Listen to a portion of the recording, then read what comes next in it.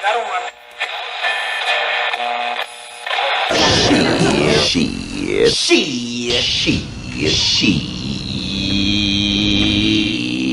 Radio.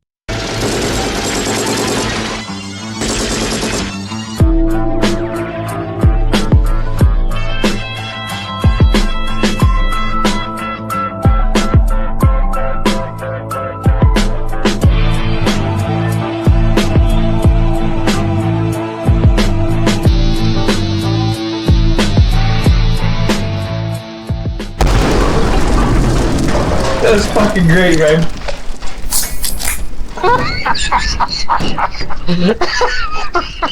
Ladies and gentlemen, welcome to SHEEEIT Radio. I'm Brasky. That's Liarz. Yo. That's Wasted. Hello. We got a show for you tonight. So we have a variety of topics, and I'm gonna switch it over to Liarz here. But before I do, Liarz, I want to know something. Yeah. How excited are you to become an American? Well, there's the speculation going around that we're going to become the 51st state. I, for one, am all for this transition to a greater life. I live in the best province in Canada, as is right now. We are the freest and the most. I say we're the most progressive province in Canada. We don't lean left, we lean right, and we all have sensible heads on our shoulders. And to me, sounds like a good idea to become the 51st state. For one, I'm colorblind, and our money has all different colors. And the American greenback is called that because all your money is green, and it's much easier for me to navigate through the bills. Let's see. Other things. I'm excited. I'm excited for cheaper gasoline. I was just recently down in the United States, and even with the exchange rate, which is absolutely horrible at this juncture in time, I was paying about 40 cents less a liter for gasoline. It would I'm paying $1.42 a liter right now, and when I was down in the United States, with the exchange rate, it was about $1.02 a liter. So, I'm all for cheaper gasoline and no more Justin Trudeau. So I'm excited. Liarz, 2 words. Yes. MarlboroReds. MarlboroReds, exactly. I'll be able to get my MarlboroReds again. It's a wonderful, wonderful addition to my plethora of things that are killing me. Yeah, absolutely. Speaking of things that are going to kill you. Yeah. We got things up in the sky right now. I mean, we're recording this, obviously, we pre-record the shows, gentlemen and ladies, and the extraterrestrial beings that are listening to our show. We pre-record it usually about 2 weeks in advance.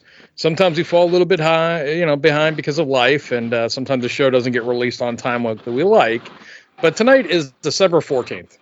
The show should be coming out between December 27th and December 28th. But currently right now, there's a bunch of UFOs, or whatever they call them, UAVs, or whatever the fuck they want to call these things nowadays, UAVs, flying above the United States, all around New Jersey, New York, down in Mar-a-Lago, throughout the country right now. There's a bunch of UAVs, and a lot of folks are like, "Oh my God, the aliens are here."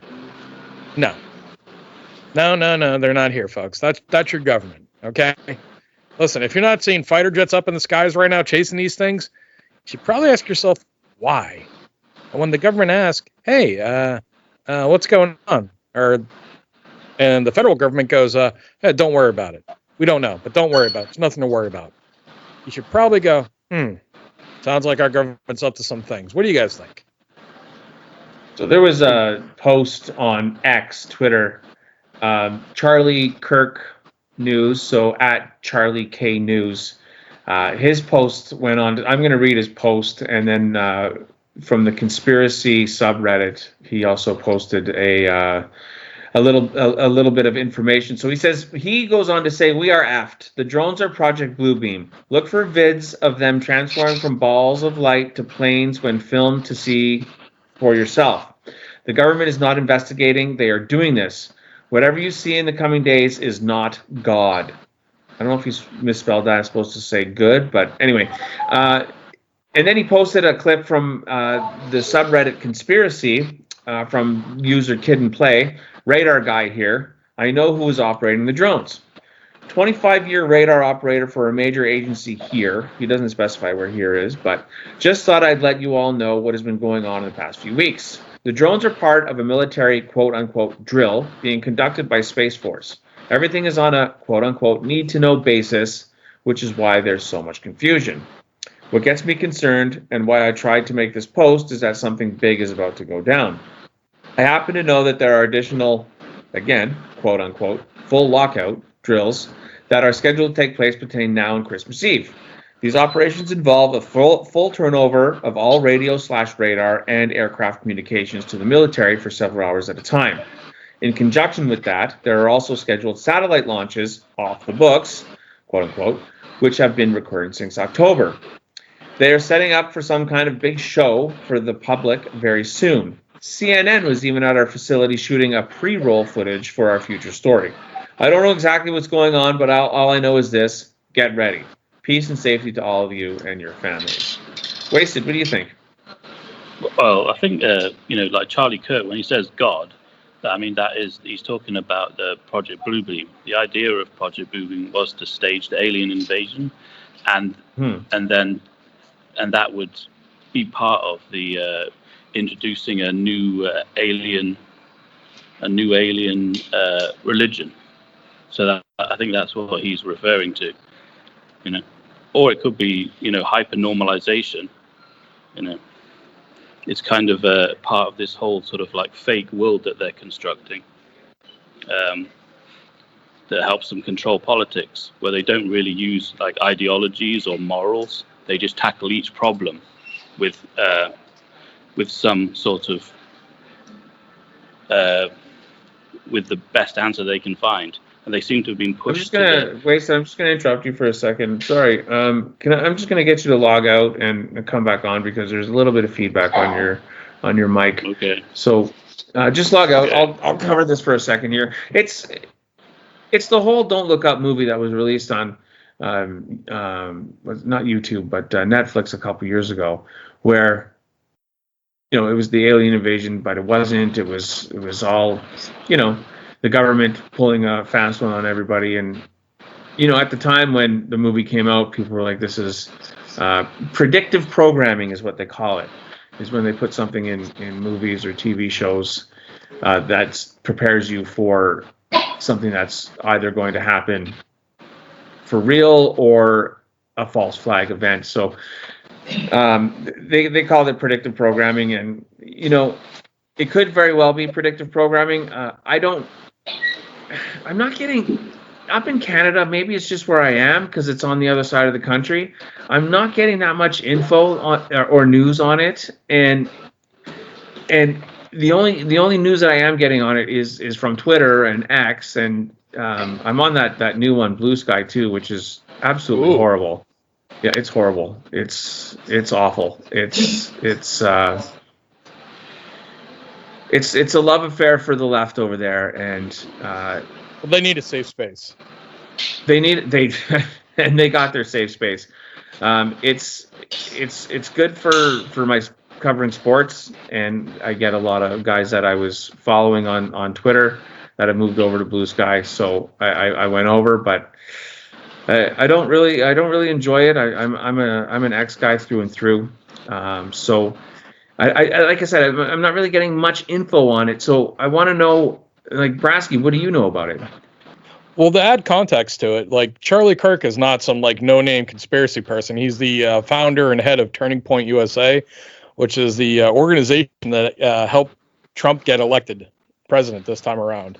They're the ones that turned Pennsylvania red and did a lot of work in Arizona. So this guy is, on the right-wing side, which, folks, we don't care if you're a Democrat, Republican. We don't care about that nonsense. We're not here to divide. We're not going to bash you if you're, left-leaning, liberal. Hey, God bless you, but we're going to talk rationally and try to have a conversation. But Charlie Kirk isn't some, like, no-name person. He's pretty versed when it comes to what's going on and journalism to a degree, So him posting that tells me there's something going on. I've seen some other things on X, which you got to imagine when you're reading X or reading Reddit or whatever you're reading, you got to take it with a grain of salt. But people are saying that it's actually the UAVs are actually our Space Force, and the reason why they're flying over New Jersey, New York, Mar-a-Lago, and other places like that is they're trying to detect gamma rays. They're trying to detect gamma rays because someone thinks that maybe there's a dirty bomb, a nuclear weapon, or a weapon of mass destruction that might have been, smuggled into the United States. If you look at where they are right now in New Jersey, that's kind of one of the major shipping hubs on the eastern seaboard. That's one of the biggest ports. So maybe that is what's going on. Maybe our government is actually trying to protect us, and they know some shit's going down, and they're trying to figure out if there's weird things in the air. Maybe these drones can detect that. But it's not aliens, folks. If aliens were coming down, it's going to come down either like Independence Day or Close Encounters of the Third Kind. It's not going to be this. Yeah, the Bluebeam stuff is not that it is aliens. It's that it's just a staged alien invasion, like just to make it look like there is, so they can take control of the country. But what you're saying is more like there's a rumor that there's like this Iran mothership off the coast, and they're the ones sending the drones in. No, that's not what I'm saying, Wasted. But it's kind of linked. No. The threat from outside the country is coming in. Yes, but right. I'm not saying there's an Iran. Listen. No, that's just one of the rumors. Yeah, that's a dumb rumor because I don't think Iran could even get a fucking sailboat over here. Okay, their air force consists of F-14 Tomcats from 1970s. They have the SHEEEIT drones that they use over in Russia and Ukraine right now, but they're not that technology. You're talking 2,000 miles. 3,000 miles. I don't even know how far Iran is from here, but from the United States. But it's a good distance. It's not Iranian drones. I doubt it's foreign drones. It's definitely our drones, because there's no way the U.S. military would not be intercepting it if it wasn't our drones. Okay. Yeah. The fighter jets up in the sky. You'd have it'd be mass hysteria if it was just random drones mass appearing in the government. Like these are over Air Force bases. These are over military installations. You think that if it wasn't us that they wouldn't be up in the air? Yeah, it seems more like they could be just preparing or getting ready. Maybe they're even going to just like show off what kind of drone technology they have to discourage everybody. Yeah, what I'm saying is they're using the drones to detect, possible nuclear weapons or weapons of mass destruction, in large, city areas, large population areas. And the Bluebeam kind of style, it would be to pretend like there's some kind of threat of nuclear, and then you put the drones up and shut down the country so that you can stop certain things happening or get control of a certain situation. Yeah, I can see that. There's something coming up here soon that a lot of them don't want happening, it would appear. Yeah. That's Whitney Webb and people have been saying this for a long time, that if certain things didn't go their way, that they would do a cyber attack, but it might not be a cyber attack. Or people have said Bluebeam stuff. They might just be protecting Trump's golf course, so he can play golf in the day. They have all the security teams. Maybe it's so that all these military people can move around, like Trump can go on holiday and stuff. When you started talking about the drones and the military intervening, my mind immediately went to those weather balloons. Remember the weather balloons that came out of nowhere and then just kind of disappeared, and there was never really any resolution to them, and nobody kind of still doesn't know what they really were or who sent them or where they came from? You know exactly what they were. What? Yeah, they were Chinese spy balloons. What are you talking about? They send them over Taiwan like every week. Yeah, supposedly they're always there. It's just that at that time there was a sort of raise in the kind of emergency. They raised up all the emergency levels, so they picked up these weather balloons. There's always these balloons, and they hover over these military sites and take photos. They know that they're there. They just don't monitor them that much because they're no danger, really. But yeah, they're also putting up satellites to track missiles. You have to put satellite up above your target or something, or in the area, so that it helps your missiles reach its destination. So yeah, Liarz. This type of thing happened too. When it would happen, buddy, they said it was Chinese spy balloons. They were collecting information on our military sites. That's why they shot it down off the coast of North Carolina. The thing literally came like right over where I was living at the time. But yeah, they said it was, Chinese spy balloons, and I don't know why they didn't shoot it down over Alaska. And I don't know why they didn't shoot it down earlier, but they waited till it was over the ocean, but then they shot it down. But like where Wasted is in Taiwan, those damn things are up every day. You could probably walk outside right now and see one. Do you think there's any correlation between the two, the drones and the balloons? No, because the drones have to land somewhere. Like the balloon, you can track all the way from China coming here. But the balloons, drones, there were more balloons as well. It wasn't just one. You have an earpiece in now. Hello. You can hear me. Yep. Yeah. So what I was going to say was, the balloon you can track all the way from China. These drones don't have batteries that can last that long. So you'd have to imagine then there would have to be Chinese bases these were landing at, getting batteries, put back in them to go back up in the air. There was a Chinese base in Toronto. And Toronto's not that far from New Jersey. What the hell? There's a Chinese base? Yeah, but I mean, do you think, okay, so drones are invading from Canada, and you don't think anyone's going to go, huh, yeah, look, there's a shit ton of them coming from Canada. And these drones are supposedly coming out by the oceans, what, flight traffic control was saying, and local authorities in New Jersey were saying that they're seeing them, from the ocean area coming up. I mean, it's definitely us. It's definitely America. Yeah. It's definitely the Space Force. There's no doubt in my mind that it is. And it's probably to do with what? To prevent an attack or to scare everybody? I don't exactly know, but it's probably one of the two. I guess we'll find out soon enough. Yeah, probably before this episode comes out. How upset what's the climate in the United States right now about Trump getting back into office? I mean, depends where you are. How upset are people? How mad are people? I think people are scared of the Trump revenge. Yeah. The actual serious people in the governments and things, they are really worried about it, and that must go to the 3 letter agencies as well. All those people are going to be getting in trouble, a little bit of trouble. It's going to be difficult for them. Plus the fact that he wants to end the wars, and they definitely want to continue. Iran. That's why they're saying that Iranian mothership is off the coast. It's because they're trying to say it's Iran. So I don't know I don't think these drones can't fly across countries, can they?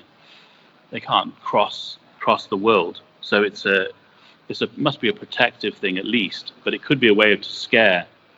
Because Bluebeam also says that it's kind of about the alien religion, installing an alien religion, and that it's about uniting all the Abrahamic religions, and into one alien religion, and that would bring peace to the world. So, and that would take place, they said, because they say that it's sort of like the Antichrist, because the technology is like a god, and the priests like facilitate God, yeah.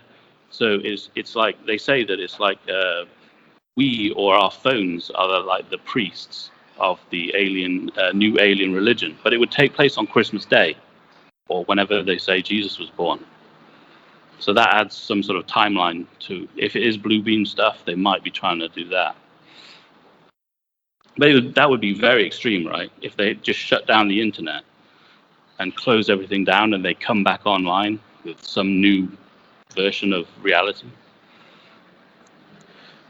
Well, I can tell you right now, you asked me, Liarz, how people generally feel about, Trump winning. He won the popular vote here, and he, won in a landslide. It's one of the biggest presidential election wins in a long time. So, we're talking he won by like numbers Obama won by in 2008. So, okay. Most people are very happy about this because the economy sucks and we can't afford anything. And, we've been massively invaded by illegal immigrants, which, hey, if you come over here on a visa and you want to, be an American, congrats, dude. All power to you. I have no problem with people illegally immigrating over here. But we've had, millions upon millions of people just flood into the country, and they're getting all the social services and all that, and bringing over a lot of gangs from South America that have come up here, and it's just created a wave of crime and put America in debt and made it even worse than it has been. The last 4 years here, everything's gone up in price a good 40 to 60%. And people are tired of that, of all races, of all, backgrounds. People are just tired of that. So most people are happy that Trump won. Okay. I don't think people really wanted Kamala. And I don't think people really wanted Biden. And Biden right now is on a pardon spree right now, pardoning his son and just a lot of people. He's issued at least 1,500 pardons as the time this episode's recording. That's a lot of pardons. I thought the outgoing president can only pardon one person. I guess I was wrong. Yeah. I guess I was wrong. It's a fleet. He showed you. But I mean, I think that's what they're worried about, though, is that Trump is kind of popular, and they were trying to stop him at all costs. If you remember, I mean, I know the news timeline moves really fast. Yeah, that's what I'm saying without saying it, but yeah. So I think they are worried about it. Are they worried about it to stage an alien invasion? I don't know. Shit. I don't know, man. The FBI director Christopher Wray stepped down, and now they got Kash Patel coming in there, and supposedly he just wants to demolish the whole thing. You got Elon running DOGE, or Department of Government Efficiency, and he's going to gut all the extra pork and extra spending in our government, that all the waste. So a lot of people aren't going to get their the money they've been getting and stealing from the American citizens. So I imagine people are pretty pissed. Yeah, that's what I was looking for right there. Yeah. Okay. That's but not people, not the citizens, but the people in government, the powers that be, the elites. They're not too happy. I'm not saying Donald Trump's not one of the elites, because the guy's worth $1 billion, and he has a lot of money. I mean, he's not living a hard life here, but the people that have the money and the power right now aren't going to have the power, and maybe not the money here soon. It's not such a bad thing. It might not be, but here's the deal. People are all freaked out. I'm like, oh my God, what happens when Trump gets in? I'm like, so did you live on the planet from 2016 to 2020? Yeah. Yeah? Yeah. What did he do that was so crazy? Here's a hint. Nothing. You mean there was no new wars, and stuff was calming down and everything was affordable, and yeah. And then last time they did the pandemic, didn't they, to kind of stop him? And this time it's an alien invasion. That's what I'm going with. Yeah, I mean, it could be, dude. I can't believe, there's a meme I saw on the old X the other day about, everything the conspiracy theorists were right on. And it's like, damn, dude. Damn. Pretty crazy, eh? That list is pretty nuts. The difference between, misinformation and disinformation and the truth is 2 weeks. Pretty much. Yeah, the stuff that you couldn't say a year ago or 2 years ago or 3 years ago about being labeled as disinformation and just a crazy person. Now I was like, oh no, that's actually what happened. Yeah. But most people still don't accept it. Well, and it's hard to accept when you got fooled. Yeah. Yeah, that's the thing, right? I mean, there's overwhelming evidence to support a lot of claims.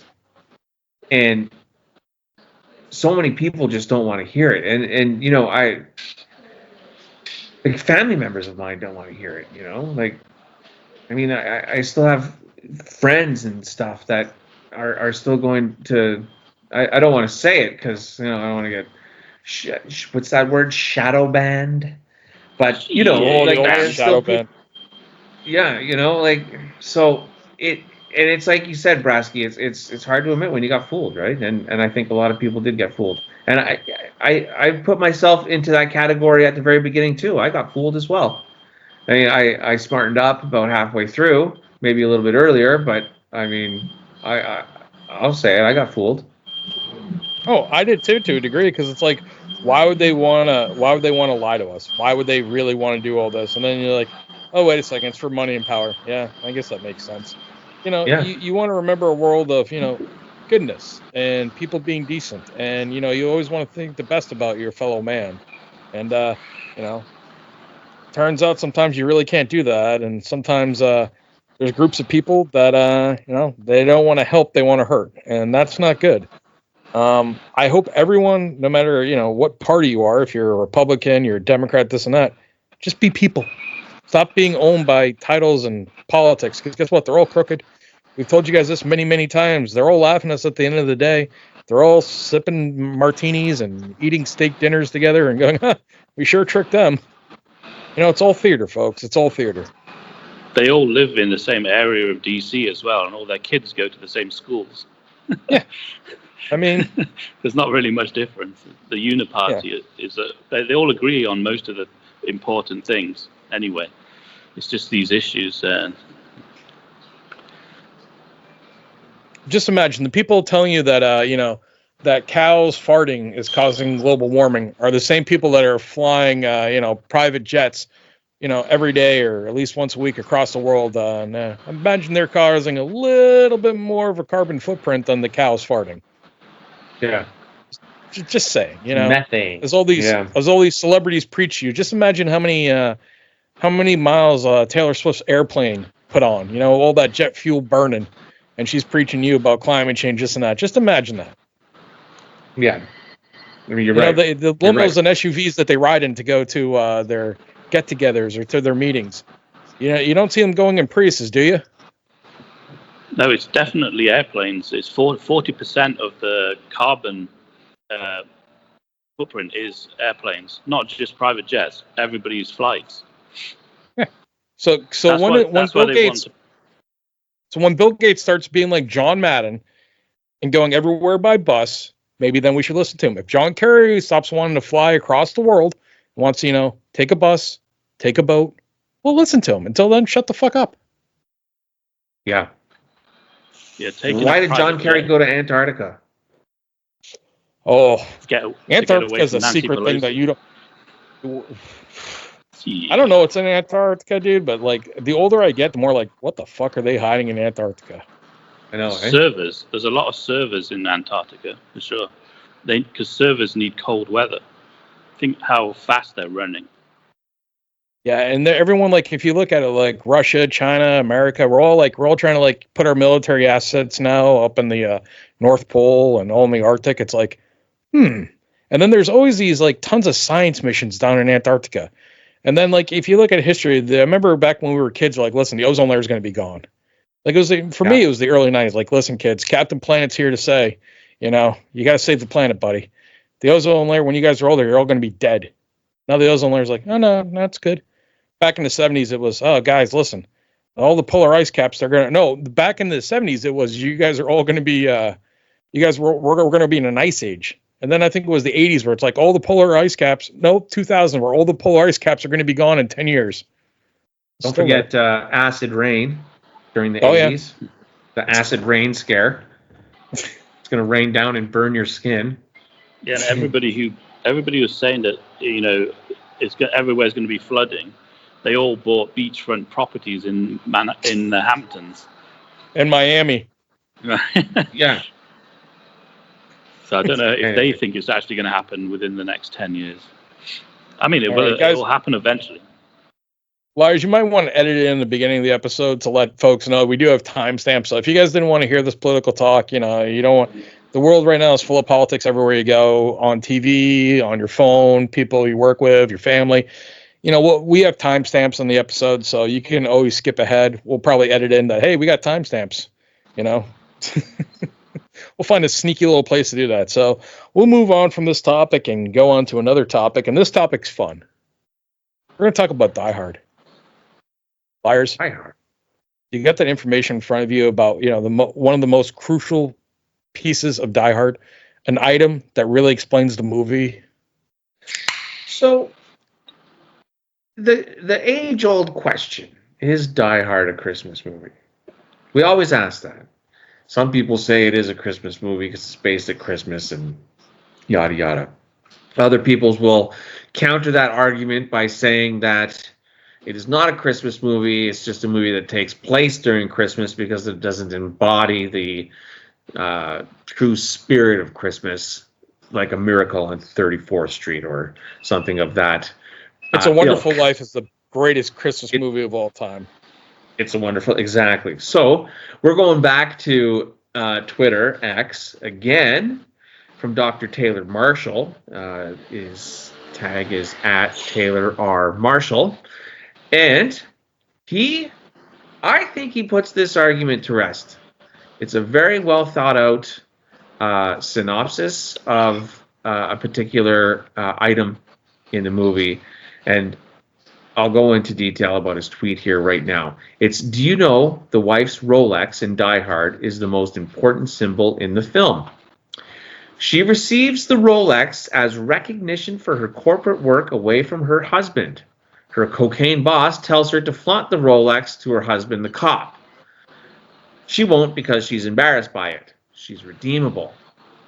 And at the end, Hans Gruber is holding on to her wrist by means of her new Rolex. He's pulling her to her death and pointing a gun at her. The husband sees this, the husband being Bruce Willis, sees this and unlatches the Rolex, causing Hans to fall to his death. Now you watch carefully in the movie, both the Rolex and Hans fall. John McCain literally saves his wife's life by unshackling her wrist from her corporate slave wage job and restores her as his wife. Very based. A family is reunited on Christmas. So yes, Die Hard is a Christmas movie.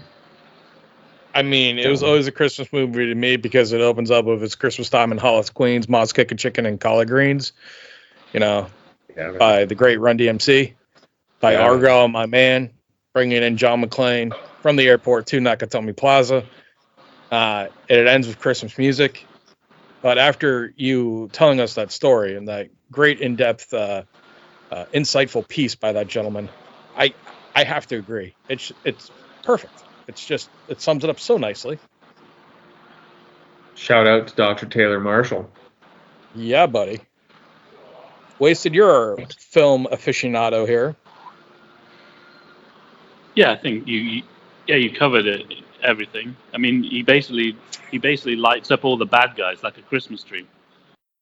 He does, yeah. He literally says, Rolex.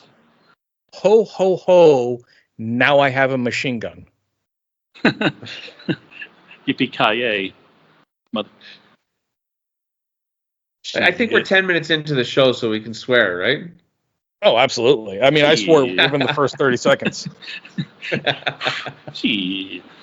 Shit.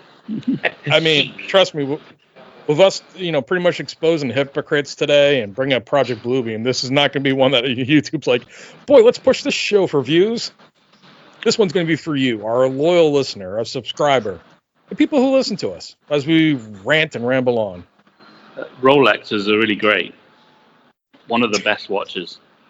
It's like a product placement for Rolex. I mean, it makes sense for an action movie, doesn't it? Sort of race against time. I don't understand what, like Roger Federer, when he won some championship, he's sponsored by Rolex. He gets like $500 million a year for being sponsored by Rolex. And he got like the most expensive Rolex in the world for winning one of these tournaments. I don't know what Rolex has got to do with tennis. It's not really a time-based game, but movies are. I mean, most action movies, it's like a race against time. It makes sense. Got to have a proper watch. I mean, a Rolex is great, but it's no Lancet watch.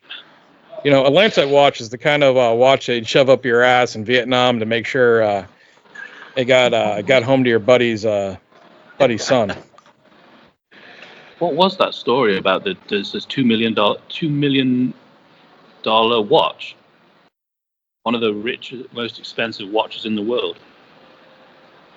I don't know. Does anybody still have watches? Do you wear a watch? I do wear a watch. I have a watch. Yeah, I don't wear it. My wife bought me I don't want to say a super expensive watch, but it was expensive. Like it was decent amount of money. She bought me a watch for our anniversary one year. I don't wear it. I have it in, like, it came in a nice box, and like, I don't know, it's a higher end watch, and yeah, I have it. It's nice. I'm gonna pass it on to my kids one day. Hopefully I don't have to go to Vietnam and put it up my ass. Well, yeah, hopefully. I mean, I wear a watch because it's, when you. I love that Wasted's in the middle of a 7-Eleven. Christopher Walken. Yeah. This watch, I put up my ass. Shit. Fucking random Taiwanese person just walks by right now and having a Wasted saying that he sticks a watch up his ass. Don't we all? Turn the condom inside out. You're good to go. Why not? You only live once. I wear a watch because when you're in business and you're conducting business, it makes you look like an adult. Is the best way to say it. It's convenient when you want to look at what time it is instead of having to take out your phone and look like a schmuck. And it's not a super expensive watch. I'm not a fancy person, but it looks good if you're wearing a suit. If you're business casual, it's when you're looking at an individual or a man, and he's wearing a watch, you at least go, hey, listen, this person at least has some bit of sense to him. I can at least talk to this person on a business matter, and I'm going to listen to him a little bit more seriously than I would someone who's not wearing a watch, possibly. I 100% agree with you, actually. What about 100%. Apple Watch? No. Apple Watch. An Apple Watch kind of says, like, you're just a trendy kind of like, hey, man, I got the newest thing. It's like fucking whatever the new fad is. I remember when they had, the GoogleGlasses, the eyewear. Like, that was a thing like 10 years ago where everyone's like, listen, you can see screens of shit in your lenses. So it's like, no. But a regular watch kind of is like, all right, this guy, blue collar. Yeah, so absolutely. And I'm not going to say what you do, but I know what you do. And you wear a suit to work. And I'm pretty sure you wear a suit to work. During months of the year, I do. During the summer months, we usually are allowed to wear different attire. But yes, during parts of the year, I do, yes. Yeah, fair enough. And I have friends that are white collar also. White collar, like, I'm a blue collar guy, so I'm blue that's collar part too, of the reason why I don't wear a watch. But I have friends that are white collar and business people, like people that do business. And I 100% agree with you that if they have a watch on their wrist, it adds a level of authenticity to their whole persona. 100%. A watch is an important accessory for a man in certain situations. Absolutely. I just think in general we've gotten away from, you watch a show like Mad Men back in the day. That's what men were supposed to dress like. That's how men were supposed to conduct business. I'm not talking about getting shit-faced and, by noon at the office, but I'm talking about, properly dressed. You have presentations. You go about doing things. It wasn't supposed to be, what's the next Zoom meeting? Let me get on my laptop here. We're all going to watch a video, and then we're all going to raise our hands. This and that. Actually, being able to speak from knowledge and from perspective and experience. It's like when you go to a trade. Do you want to go to a giant company for your plumbing or for your windows, or do you want to go from the guy who everyone in the neighborhood recommends? Like, oh yeah, this is Jack. He's been doing it for 40 years. He does great work, this and that. You want to go, you want to have that sense of, all right, this individual actually knows what they're talking about when they're speaking to me. Yeah. And I think we're getting further and further away from that. It's like Alec Baldwin says in Departed, a watch is an important part of getting ahead. Lets people know you're not a gay, married, a watch seems more stable. People see the watch, they think, at least somebody can stand the son of a bitch. Ladies see a watch, that's wife. They know immediately you have some cash and your cock still works. That's wife. That means wife. It's a watch. Alec Baldwin in The Departed. The straight translation. Well, if you're gonna, I thought you were going with Glengarry Glen Ross when you start saying watch with Alec Baldwin. Watch. Yeah, I couldn't do the Barstool Sports. Barstool Sports. I can't do the accent. Yeah, but wasted. Yeah, wasted. Jeez. I thought you were gonna go, Glengarry Glen Ross with Alec Baldwin coming up. Coffees for closers, and he's wearing a Rolex. ABC. Always be closing. Always be closing. Yeah, always be closing. Yeah, you notice that didn't take me 2 seconds, right? Yeah, ask yes questions. You gotta be a good listener. If you want to know how to sell, you got to listen to the person. They'll tell you exactly how to sell them. Anyone that listen, if you want some sales advice from me, people will tell you exactly what they want. Okay? If people come into a store, they come into your business, they already know what they want. You just have to listen to them. And then you have to tell them why their wants and their needs are right for them. Show them why. Like, you want this. Congratulations. You want this. We'll use Wolf of Wall Street. You want this pen, right? Well, sell me a pen. And, people start talking about, oh, hey, yeah, this pen can do this and that. The smartest answer to that is, well, why do you want the pen? Ask questions and then listen to their response. Do you and write they stuff? go, oh, I want a pen because, I need something to write with. Okay, well, do you write a lot? Yes. So comfort's important to you? Well, yes, comfort's important to me. So a comfortable pen's important to you? Well, yeah, it's really important to me. Okay, well, this is a real comfortable pen here. What do you think? Listen. Then the person will find a reason. They'll find the value. They'll understand. And then they'll want that. You're not selling. You're helping people buy. Yeah, there was one guy who used to everybody used to say you got to relate to the customer first, and he was really good at that. He used to talk to them about their cars and stuff and get them talking, but he never did the closing bit. So he'd go to a door and then you'd come back 20 minutes later and they were still talking about, he'd spend the whole day talking to this guy about cars. He never got to selling anything. Well, it's called building rapport with somebody. Yeah, rapport. You know what I mean? You want to find common ground with them. And once you have rapport with somebody, it's not that you're selling them something, you're helping them buy something. I just have an honest face. I disagree with that. I just assume the sale. I mean, I've got one of them. I don't know, but we got a little bit off topic on there, but it was good bullshit. I mean, this is what we like to do. We're like sitting around the bar, we're sitting at a table. You, the audience, is sitting at the table with us. Feel free to interact. Put your comments below. Tell us where you agree with us. Tell us where you disagree with us. Tell us what do you find about salesmen that are slimy. Tell us about salesmen that you've had good experience with. Just comment. Let us know. We're here we'll respond back to you. Liarz is our official responder. He runs our YouTube channel, so that's good old Liarz with his great Canadian hospitality responding to your questions. And we'll get back to you. But Wasted. Hi. How much have you been drinking? Reasonable amount. It sounds like it tonight. I'm enjoying it.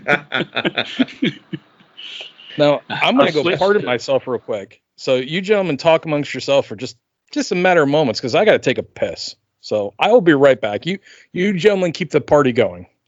That's why we're an unrefined podcast for the everyman. We can bullshit around the table. We can get hammered on the show. We can go take a piss. Doesn't matter. An unrefined podcast for the everyman. SHEEEIT Radio. Shit. I have to drink, because it's so early in the morning here.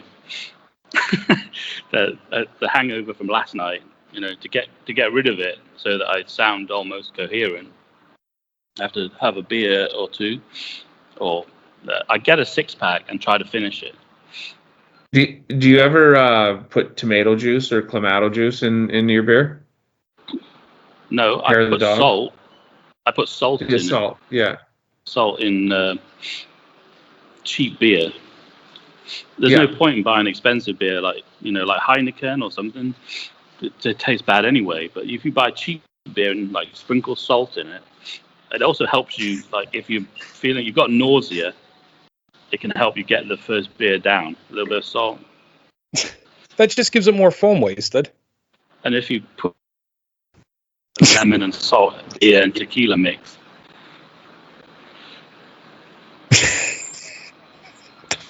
So you It's have you like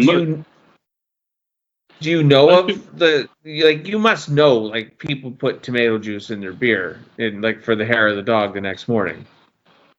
I thought that was like Bloody Marys, where you like I've done Bloody Marys, like Sunday you go to a place where they do 2-for-1 Bloody Marys, and you just drink vodka and tomato juice all day. Yeah, it's Bloody Marys are vodka though, like vodka and tomato. I don't think I've heard of tomato and beer. Yeah, it's white trash Bloody Marys. It's usually like a fucking light beer and clamato juice or tomato juice. It's white trash Bloody Marys. If you could find clamato juice, I know clamato juice is very popular in Canada. I don't know how it is in the United States or the UK or wherever you are. But it's popular because I like. Is it okay? When I used to drink, I would drink, instead of a Bloody Mary, I drink a Caesar, which is just a Caesar, juice instead of tomato juice. Yeah. Back in my good old. So you put the clamato juice. You fill up your beer about 3/4 of the way of the glass, and then you top it off with tomato or clamato juice, and it's the hair of the dog for the next morning, and it's actually really good. Yeah, I think in the UK we have the lager top, which is basically a pint of lager with lemonade on the top, a little bit. And in Ireland they have Guinness depth chargers. You get your pint of Guinness, and they put like a double shot of Jameson at the bottom of the glass. Yeah. So when you down the Guinness, you get this extra double shot at the end. Yeah, I've had many of those. Many. I mean, we're Irish, but when you me and Liarz, so yeah. But mixing regular like beer with whiskey, isn't that something like called a boiler or something? Boilermaker, yeah. I prefer tequila. You know, it makes you feel like you're Mexican or something.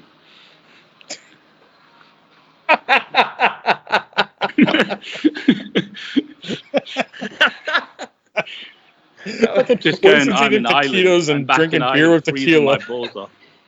Oh, Wasted, I wanted to tell you, I went into a 7-Eleven the other day around here, and they have a setup for beer now in 7-Eleven. So it's the second one I've seen in Canada. Yeah, the second one I've seen in Canada. It's very exciting. Not this I one. thought of you right away. There's one on the other side of town that has it's got like a little setup with the sports screen and 3 taps of Buckskin beer on tap. Other than that, you can't really get beer on tap here. It's kind of crazy. The only place you can get it is 7-Eleven. Buckskin, but it's not like, I prefer like lager or it's all like weird craft IPAs and stuff. Wheat beer. Oh, IPAs are fucking the devil's beer. They're just garbage shit. And you know what? I really want to say something. This is a little off topic, or it's probably on topic. But the douche bag, I don't know if it was millennials or Gen Xers, but they had this whole movement back in like the mid 2010s or 2010s called hipsters, where every jerk off in the world became obsessed with micro beer or micro brewing. Yep. Fuck it's more millennial. Yeah, I don't know, Gen X they just drink like Pabst Blue Ribbon or something. Just seriously, microbrewing, like, oh yeah, man, I had this new IPA. Shut the fuck up. But the flavor of IPA is just disinfectant, because they use disinfectant to keep the beer like preserved while they traveled across the ocean. And then they add in they create this taste, but it's actually you're drinking like something that's supposed to taste like disinfectant. So it's not really meant. They only did it. They didn't do it because it tastes good. They did it just to preserve the beer from India. If you're not drinking like lagers, lager's the way to go. Even a pilsner's okay, but if you're drinking IPAs, you're an asshole. You're not a beer drinker. You're just a snooty prick. Malt liquor is the beer, is the real the real way. The best beer in Old UK English? is Special Brew. Oh, yeah. Old English. Special Brew. Yeah, I think it's the Stallion. same thing. Special Brew. So Lemmy's favorite drink.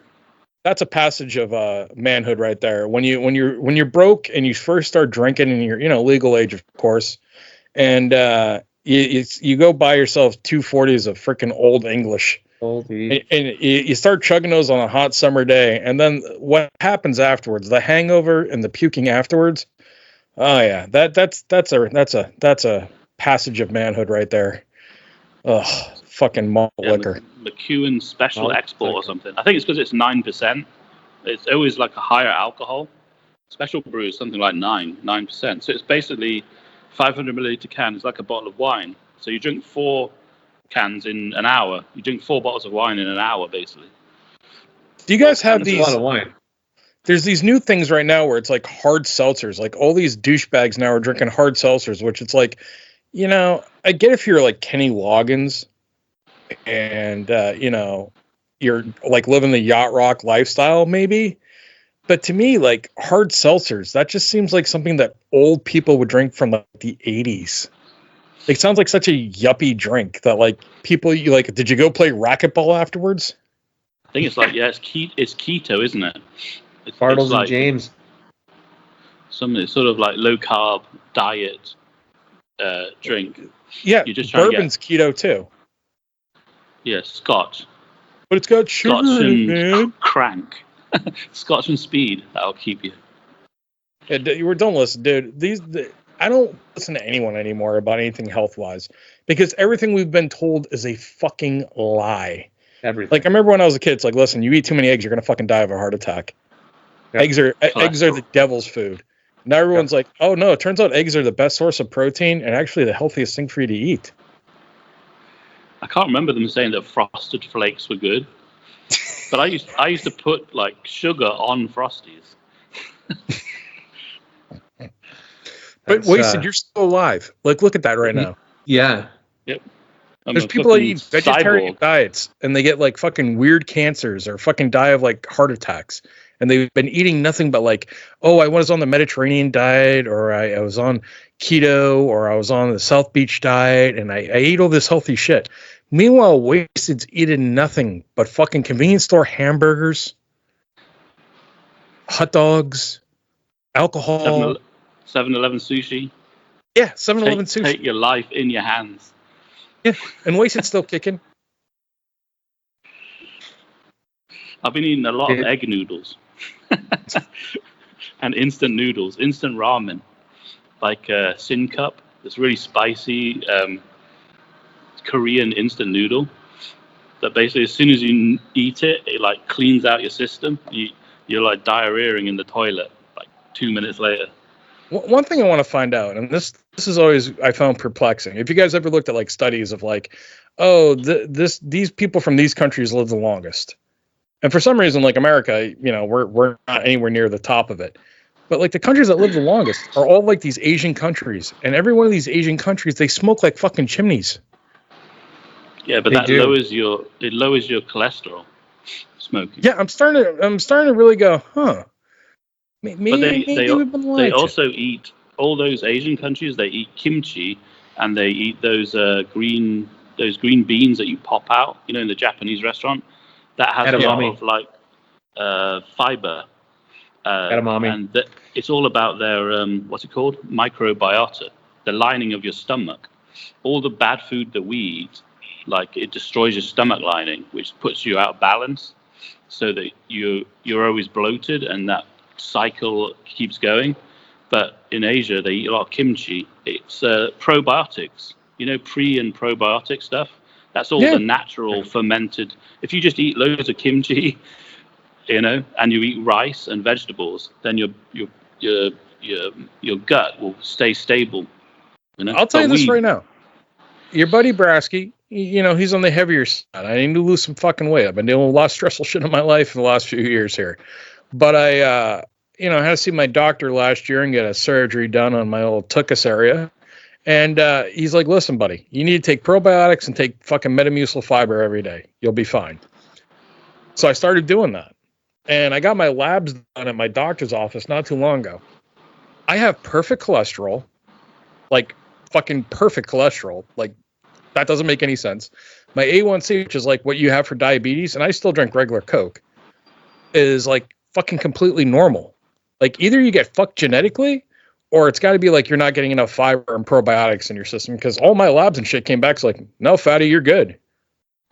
Yeah, Okay. Yeah, they sort of said don't eat carbs, so you stop eating potatoes if you're like Western, because supposedly potatoes are bad for you. But potatoes got fiber, haven't they?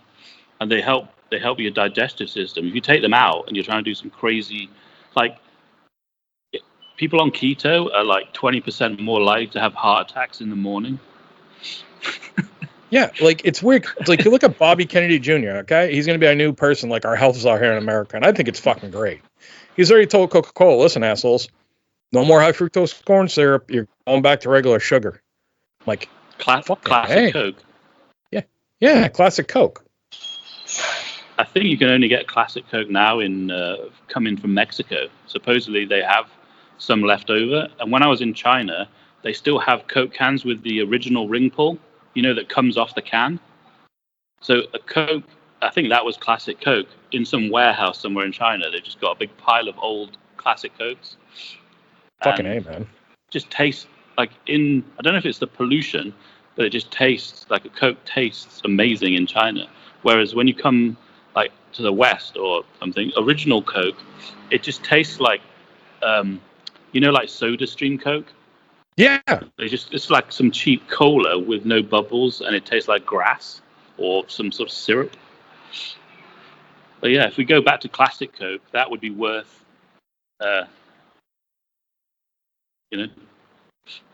something. Classic Coke.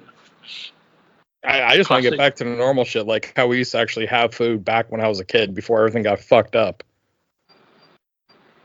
Yeah. Liarz, do you have an opinion on this or nah? Excuse me. I enjoy the Coke Zero myself. I'm addicted to that stuff. I never drank pop. I never was a big pop guy. And then just within the last probably 6-8 months, I bought some of the Coke Zero stuff, and man, I love that shit, man. I fucking love that stuff. So, dude, I don't know how you can, man. That shit gives me horrible heartburn. It tastes way too cinnamony, and like I think the shit that's in there is like worse for you than like regular Coke. But then again, Donald Trump's been drinking fucking Diet Coke forever. Yeah. Diet Coke is probably the best. Yeah, probably. But I think Coke Zero is everywhere, though. I haven't seen a Diet Coke in ages.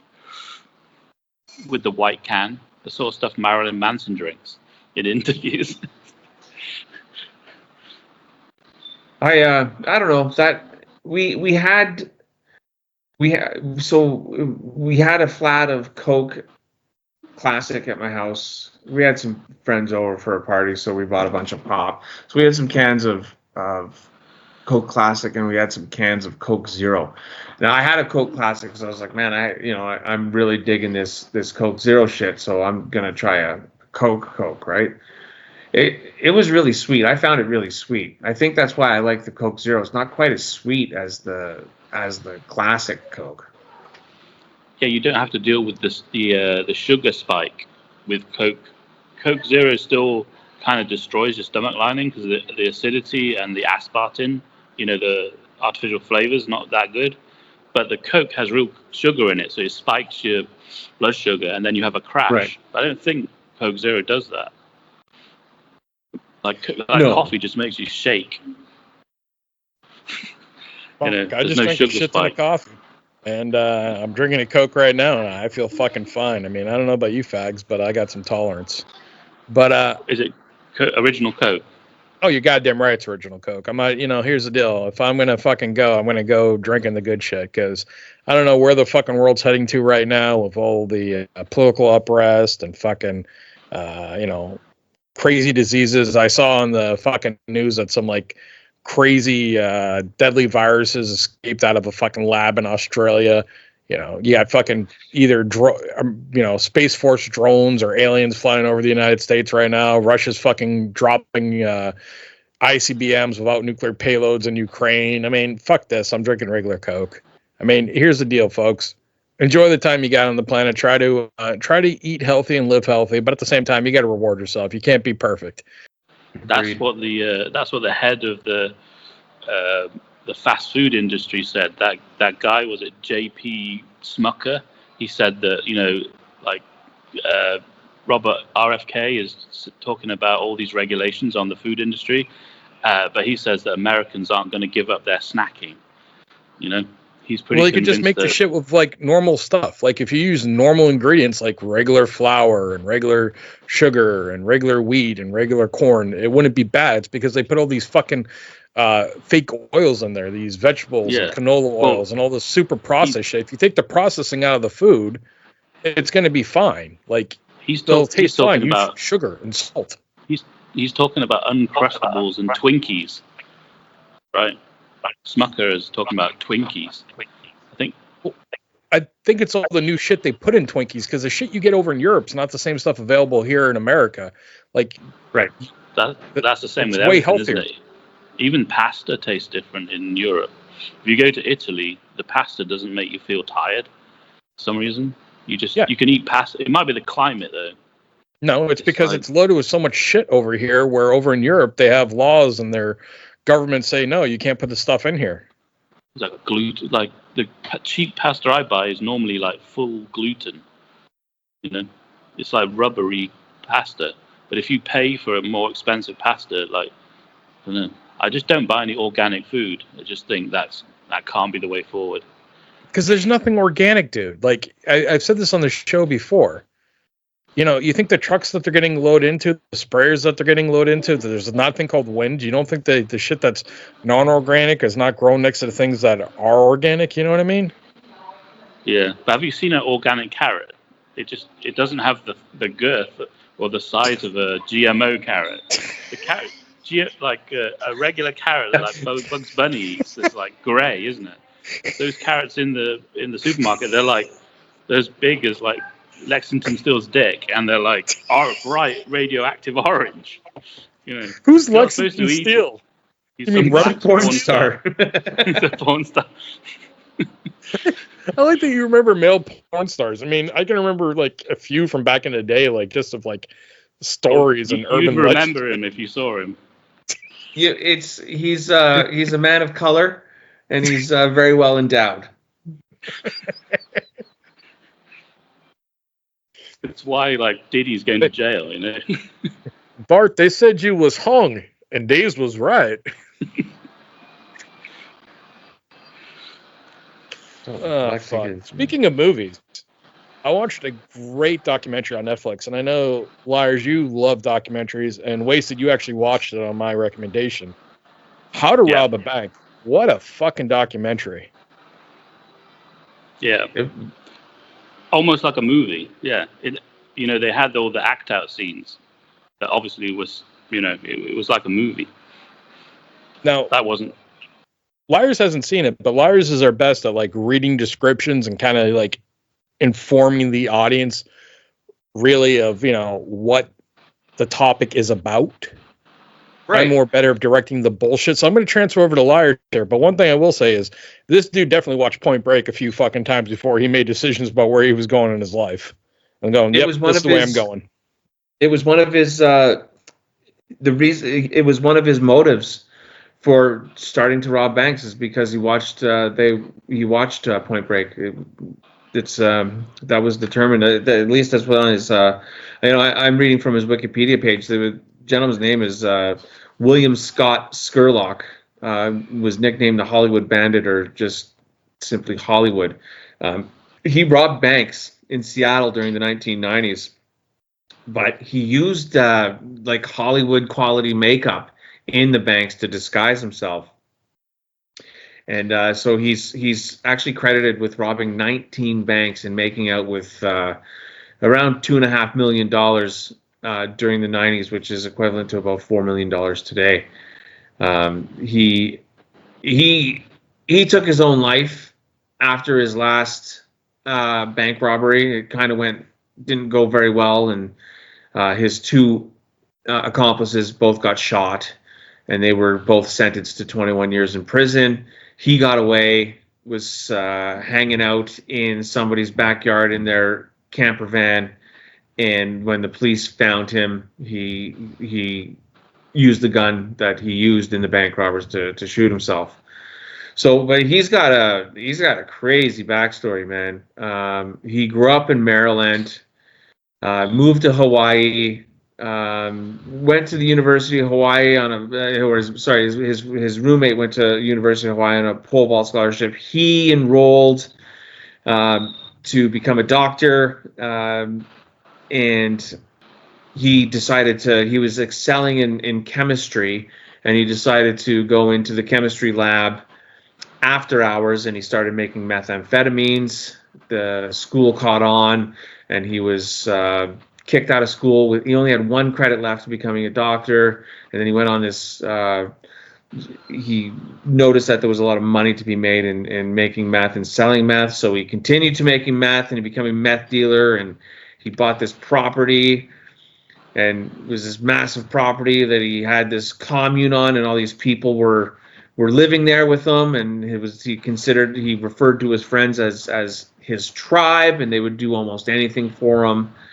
Yeah, and then I guess his main supplier or his main distributor for the meth was killed, so he got out of the business immediately, and that's when he decided to rob banks.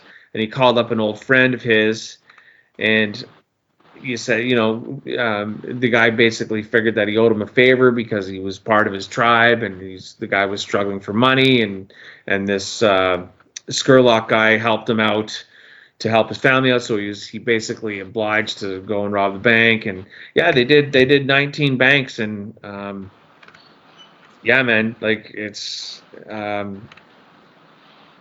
crazy. The documentary is crazy fantastic. Backstory. I mean, the documentary is fantastic. They have interviews with the other bank robbers, his accomplices, actual bank tellers, the FBI agents, and the police that were, hunting him down and involved. I really enjoyed it. It's probably one of my favorite documentaries I've ever seen.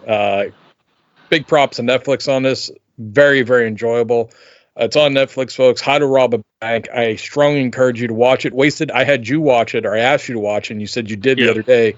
Can you give us your point of view?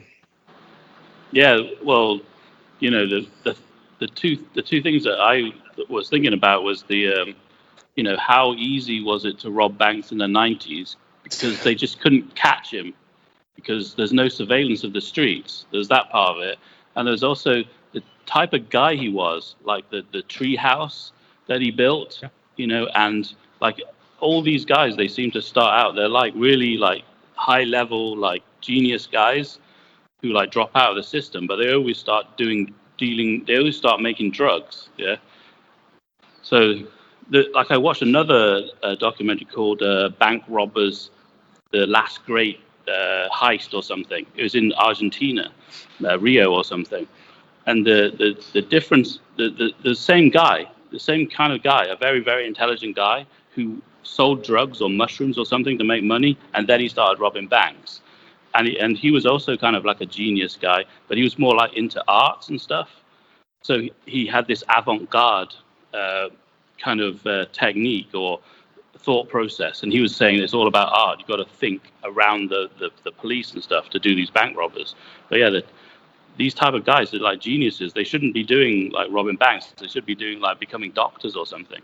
But again, you just like there's another movie called Bandit with that was it Josh Duhamel or something? They just like going with shotguns. Yeah, do you think you could do that nowadays?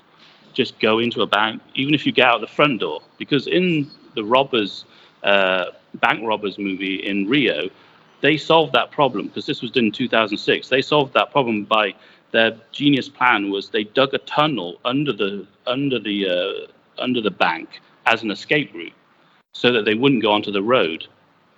Because in How to Rob a Bank, Scott and his team, they got caught on the road, didn't they, in the van?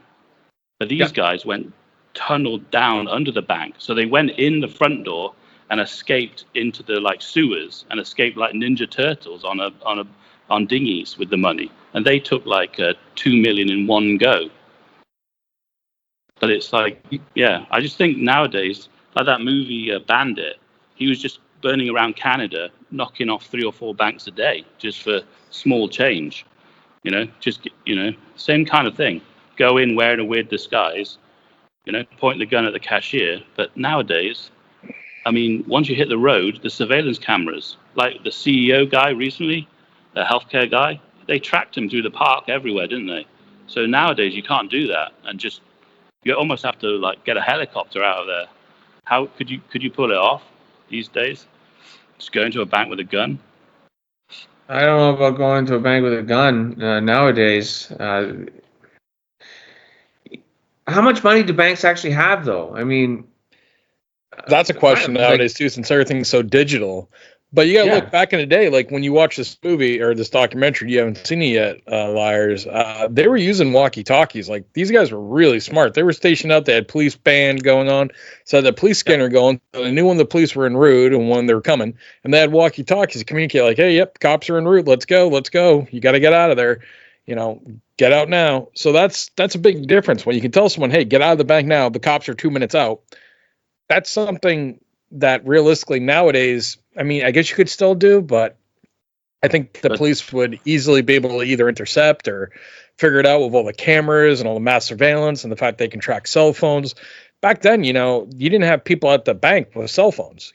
Right now, you go into a bank, you'd have to get everyone's cell phones and, go from there. And I just don't think it's realistic. Back, Wasted brought up to me earlier, he's like, oh, well, we could talk about possible heist movies. You watch Heat. Those guys were brilliant in that movie, and shit still went sideways. Shit will always go sideways. It's you against a lot of people and a lot of like forces. Do you know what I mean? And it's an uphill battle that I don't think you can beat. And with the exception of a very, very small percentage of criminals, you're going to get caught. It's just a matter of time. Like that's what I mean when you're up against forces, is that you're up against a whole police force and you're one guy. You are going to fuck up. And that's what these guys did. They fucked up. You could be a very smart person. You could be very detailed and concise in your planning of the job. But no matter how much you plan and how much you put into it, something's going to go wrong. Someone's going to fuck up. Like, look at the last final bank robbery attempt that these guys did. The 3 of them, they were gonna rob 3 to 4 banks on the same night. And, they had a mobile base station set up to white out police frequencies. I think if it wasn't this bank, it was other. Excuse me. If it wasn't this bank, it was other banks where they had tellers involved to let them know how much money they had in the bank at that time. So the money was tagged as well. What's that? The cops were putting tags in the money. That's how they caught them. They were putting little traces in the money, and so they robbed all this money from the bank, and they knew that there would be traces in the bank, in all the money that they escaped with, and they were just ripping it apart in the back of the van as they were trying to get away.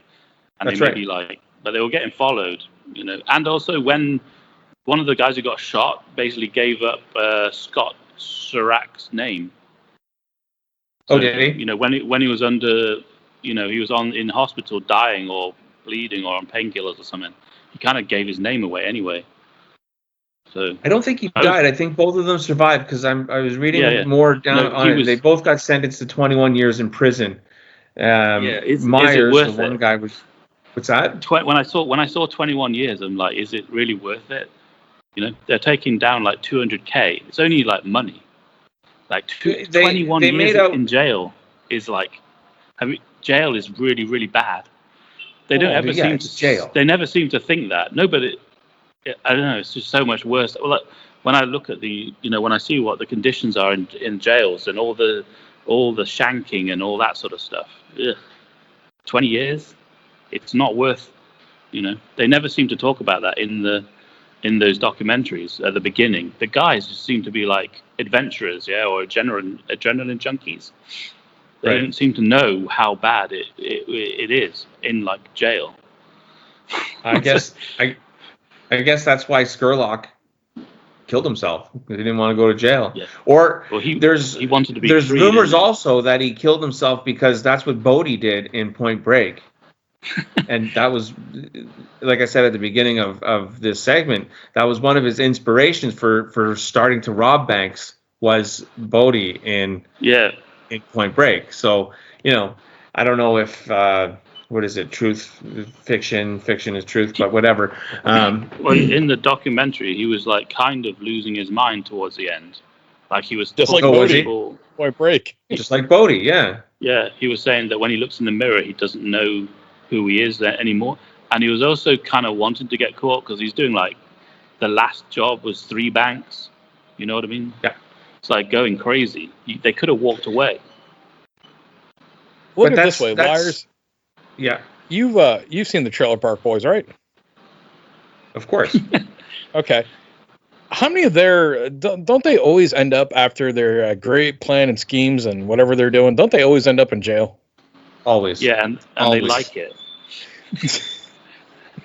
It's just saying. I think doesn't every season end up with them going back to jail? Yeah. I don't know about every season, but definitely a lot. Yeah. Damn near close.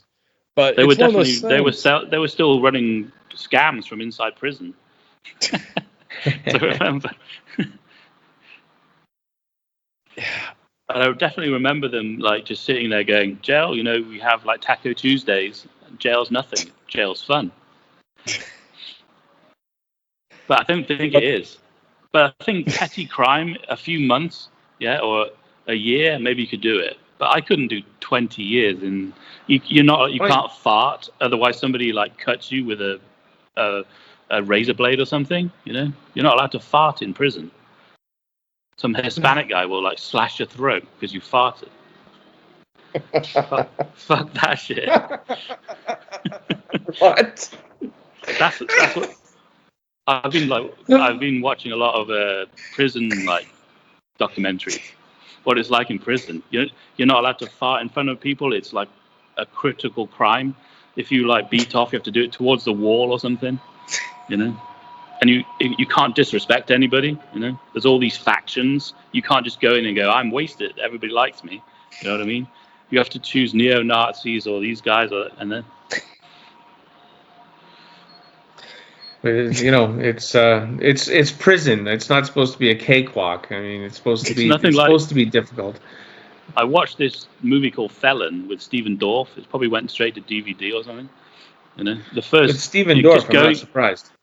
Yeah, he's like somebody who like shanks somebody on the bus into prison and then gives him the razor blade or something. And then from then on, he just has to join the neo-Nazis, and it ends up everybody's getting slashed with these razor blades, shanks. Every break, every kind of on the yard. I can't imagine. I wouldn't last. I'd be Epstein out completely. First night. Well, I think you got to learn a valuable lesson here, folks. If you want to, do a life of crime, become a politician. It works well for them. Be it if you're, Nancy Pelosi, who somehow is worth like, I don't know, fucking hundreds of millions of dollars. 65% of her trades are winners. Yeah. Just somehow she magically knows she beats everybody on Wall Street, every fucking investor. Warren Buffett can suck her dick. I mean, just become a politician if that's when you go. You don't have to choose any side. You can be a Republican, you can be a Democrat, whatever you want to be. But that's the best way if you want to become a criminal. Become a politician so you can steal from the people you're supposed to be serving and your country. I mean, look over they don't seem to go to jail. Yeah, look at Ukraine and Russia. I'm not going to get into either sides of this nonsense, this and that, but on both sides of it, Ukrainian, there's money laundering. Russia, there's money laundering. The politicians and generals, they're all making money. I just can't imagine Lindsey Graham in prison. Oh, he might love it. Yeah. It might be. He's ready. Might be the happiest camper there. The worst punishment is his Christmas Day. And he's the one who always wants nukes. He's the one who always wants World War III big time. Yeah. It's always the funniest people that have the government bunkers to go run into that want fucking World War III, when the rest of us just want to be left to fuck alone and live a boring, peaceful life. But hey, wait a second. How's your invasion going? Last time I looked on the news, it looked like the Chinese were just ready to fucking come on in. Yeah, they're always seem to be just about to do it. Yeah, all the warships and planes flying into the air zones and stuff, but nothing ever happens. I think Trump is just more like hands off. Like it was Pelosi and those. They make a big kind of virtue signaling thing about protecting Taiwan, and then China's like, oh, you can't do that, and then makes a big show. But Trump just goes, if you do anything, I'll put 100% tariff on your products, and then they go, oh. Are the people of Taiwan now just like not giving a fuck? They're like, oh yeah, hey, warship's a couple miles off the coast. Fuck them. They're not going to do anything. Yeah, they've been saying they've been saying they're going to do something for 20 years, 30 years. So I don't think has the sight of warships and planes just become so commonplace that people don't even pay attention anymore? You can't see them like from a 7-Eleven or on the road, you know. I mean, maybe if you go with some binoculars out to the coast and stuff, but it's in the news, it's on the websites every day. But I've stopped checking. I can check now. Every day is the same. It's sort of 17 warships and 14 fighter. Here we go. Taiwan tracks 6 Chinese naval ships and 4 military aircraft today. It's just like a weather report. It's just there's a sort of every day they update it, and then all the other headlines are kind of about U-bikes debuts in Taiwan's east coast. You know, like the bikes that you open with your phone, and supposedly the Taiwan brand is U-bike is going to New York. They're going to be on the streets of New York. It's a sort of bike that you unlock with your phone. And then, however far you travel, it charges your phone, I think. Taiwan influence. This could relate to me. Taiwan influencers bribed by China to promote CCP propaganda. That's why I've got so much money. Jesus, wasted. Oh, great. Now there's gonna be some Taiwanese official like, hey, we need to talk to you, mister. Come on over here. But you know what, Liarz, I think I figured something out the other day. What's that? I figured out what the canary in the mine was. You know, before COVID and everything like that, I figured out what like should have let us know like shit's going down, like it's going to get worse in the world. Okay. When Walmart got rid of their greeters, I always remember, you know, years ago going into Walmart, you know, welcome to Walmart. Thanks for shopping at Walmart. Welcome to Walmart. Thanks for shopping at Walmart. You have an elderly person there, you know, probably living off their Social Security, and their job would be, you know, or it'd be a special needs person, and they welcome you to Walmart, and then when you leave, they thank you for coming in. They got rid of Walmart greeters, man. That was the canary in the mine. The day that the Walmart greeters disappeared, that's when we should have went, oh, wait a second, something's fucking up. Something's up. They've even got a new... We still have greeters. Well, they're not so much greeters. They're not so much greeters. They just kind of sit there by the door on your way out and just say, have a good day. They don't greet you anymore. They just say goodbye. Are they just like homeless people? No, they're employees. They're definitely employees. They actually have a job. Well, so in Canada, you still have them. Here in America, we don't. Like, they were like a main thing for a long time, but they disappeared. It's like right around, like right before COVID, and then after COVID, they've just been gone. Like, they're gone. Like, they're not there anymore. The only people you ever see at the door of department stores now are people like, can I see your receipt? It's like, I just went through the fucking check stand. You got fucking cameras on me. Would you think between now and the fucking check stand that I threw something else on this cart? That makes me mad. And I'll explain. When I go to Walmart, there's only of the 10 tills that they have there, there's only ever like 2 of them open, right? And the lineup is always huge at the till for the cashier. So you go to your self-checkout and you do your fucking self-checkout and you scan all your shit. You look up the code for fucking broccoli because you don't know it. You're not a cashier. Type in your code for your broccoli or whatever the fuck you're buying. And then you pay your money, and you put everything in a bag, and then you go. And then you get some jackass who's like, can I see your receipt? Fuck off. No. If you want to see my receipt, hire another fucking cashier so she can, or they can put this through properly. If I made a mistake, it's on you. I'm not a fucking cashier. I don't work here. I'm doing your job. I don't know. It makes me mad when they ask. It's not that you're doing their job. You're doing two jobs. And this is at all the grocery stores and all the Walmarts here too. You're the cashier. You're the bagger. You're buying product from their store, but you got to fucking ring it up yourself. Then you have to bag it yourself. Then put it in your carriage. Then bring it out. You know, and as all decent people, which I know you are too, we always return the carriages because, you know, we're decent human beings. But at the same fucking time, man, these are jobs that used to be, you know, people get paid for. You're going to their store to give them money for, you know, for products, for food, for groceries, for clothing, for appliances, whatever. And now they don't give a fuck. And then they're like, oh, well, we need to check your receipt. And then they got one person, like, usually working the self-checkouts. Like, and then there's always an error. Like, oh, nope, you need the cashier to come by. And you got to wait fucking minutes before they can come in there pressing their fucking code. It's like, the fuck are we doing? How we accepted this as like, oh, this is okay. It's like streaming, you know, everything it's streaming now. Like, when streaming first came out, it was super dirt cheap. There was only, like, Netflix and then Hulu. And Hulu was free for a long time. Netflix was super cheap. And then Amazon Prime. There was three. And you had everything on those three that you'd want to watch. And then you had regular cable for like your live sports and shit. But now your streaming costs as much as your fucking cable bill used to cost. That's right. That's right.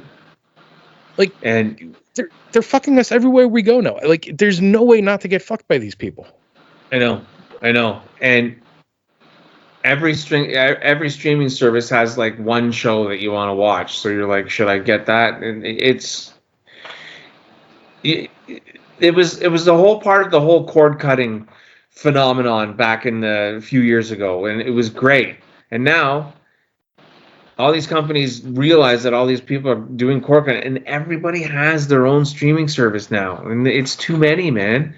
Like I subscribe to Netflix and Amazon Prime. Like we've talked about in the past, we don't have Hulu in Canada, so I don't get that.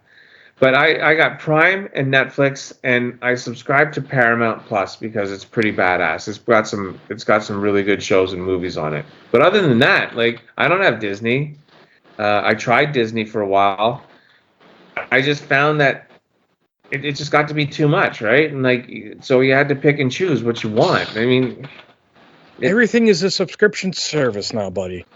And everything is like, you don't, you know, it's the fucking, everyone said you're a conspiracy theorist a long time ago. If you brought out, you know, you point out that, hey, that fucker of the World Economic Forum, that Klaus Schwab, said you know nothing and like it.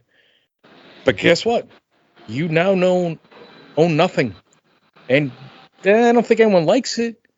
You know, we don't own any of the media. Like, some of the movies you want to watch, if you don't have them on DVD or Blu-ray, and fucking the prices of all those fucking things we've talked about in the past, of DVD players or Blu-ray players are crazy, you're fucked. Like, hey, nope, it's not available on streaming.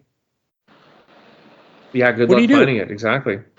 Yeah, and it's becoming that way on everything. And, like, everything now has ads. Like, okay, at first it was like, oh, a few ads will play during a movie. It's like, oh, not too bad. But now everything has ads. YouTube has ads. Fucking everything you listen to, be it a podcast, everything has ads. Everything's been monetized. Everything you have in life is now becoming a subscription service. Even like Walmart's like, do you have Walmart Plus? Like, go fuck yourself. Like, I don't know if this happens to you guys at the grocery store, but I remember back in the day, we used to have what they call store cards. Like, you go in, you know, sign up, they give you a card. So like, if there was a daily sale that week, you just, you know, you give the card over to the cashier, they'd scan the card, or you enter your phone number, and you're good to go. Now everything's digital. So you have to go onto their website or have their app. You need to click on the digital coupon to get the sale item. Like, they make things so fucking complicated. It's maddening. Yeah, don't even think that it's going to change around either, because they have that new word, EnSHEEEITification, that's been introduced into the dictionary. So I think it's like, what is it called? To me, EnSHEEEITification. It means it's a new word. EnSHEEEITification. It's kind of like the lowering of the standards of people's lives and services in the world. So, yeah, people just use it to describe. If somebody says, "Oh, my internet went down for 4 hours today," they'll just go, "Oh, it's just EnSHEEEItification." EnSHEEEItification. Shit. I mean, once it's a word in the dictionary, that means it's going to be around for a while. Yeah. Well, now too, like when you call customer service, you don't get a regular person anymore. You don't even get a friendly voice from India anymore trying to assist you, telling you, "Hello, this is Bob. How you doing today, cowboy?" You get an AI voice. Did you watch the big game today? How about those Dallas Cowboys and the New York Giants? Yeah, they basically use a bot, don't they, to start with, to just basically take you to the pages of the website, the help pages, until they can't sort it out like that. And then you get maybe through to a real person in a chat box. Yeah, but you got to go through so many prompts. Like, okay, can you address what this customer service issue is? Even like to schedule a fucking doctor's appointment, you got to go through multiple prompts. And like, you never get a person. It's like, oh, leave a voicemail. It's like, the fuck? And everything's AI. Like banking stuff. Banking stuff. You can't talk to a person. You just have to like go through their chat box stuff. They never want to talk to you. No. I'm also starting to think that this whole Bitcoin thing is a scheme. Like that that's a big con. I'm really, people are like, "Oh man, you're so stupid. You should have invested in it back in the day. Look how much it's worth now." Well, who controls it? Who's backing it? Probably JP Morgan. No shit, right? Yeah. Do you think like the big banks went, no, this is cool. Let this keep going? I think Bank of America owns like a big share of BlackRock. Well, they all own each other. Fucking State Street, BlackRock, and what's the third one? Vanguard. Yeah, and they all own each other, and then they just shoot off LLCs and like, for instance, get this, dude. So Johnson & Johnson's baby powder had talc in it, and it turns out like talc was giving all these women ovarian cancer and like cancer. So what they did was they transferred like the ownership of that division to an LLC out in Texas. And like all these people that are like dying from cancer right now, like they're like, "Oh, nope, you got to go sue that company. Oh, I filed bankruptcy." Meanwhile, Johnson & Johnson is still running in money. Like it's amazing what these people are getting away with nowadays. And like what I was saying on the Bitcoin thing, it's like, who owns Bitcoin? It's supposedly like it was some mysterious person that created it, and then it was just like, hey, you can buy Bitcoin or you can mine for Bitcoin. And I don't know a lot about it. It's just there's something that really seems fishy to me about it. Like, it's not backed by anything. It's not like gold or even the dollar, which is like, hey, this is backed. It's good anywhere you go. Like, do you guys have any understanding? Could you educate me? I mean, I don't understand it. Maybe I'm just a stupid person. That's a strong possibility. I think the people that like the Bitcoin is backed by these like by data, isn't it? You've got to be mining data. The people that own it. When they started, they've got these big computers in their basements, and you've got to be mining data. And that's the value of the coins. But there's only a certain amount of them, isn't there? Like 100,000. That's why, or is that the price of them? They don't have the price of them, but there's not that many Bitcoins. It's limited. The problem with that's why they say it's better than the fiat currencies. Because fiat currencies is unlimited, so it's always losing value. Because the more value, the more you put out of a currency, the less it's worth. With Bitcoin, it's a set. It's a finite number. Yeah. So and the prices keep going up, but it's a one-off kind of thing that happened. And people who bought one Bitcoin, now have 100. It's worth 100,000. Yeah. But there's all these cryptocurrencies that come and go, like Ethereum and stuff. But they're basically the what's backing underneath it is data. It's processing data, I think. And they say that is better because it's decentralized. Is the other kind of buzzword, isn't it? Decentralized. So there's no bank that can take it off you. There's, if the bank's all shut, like you lose all your money, don't they? They can just take, like in these countries that like melted down, like Greece and Spain, they just took people's pensions and took half the rich people's money. But with Bitcoin, you can't do that. It's not centralized. Wasted.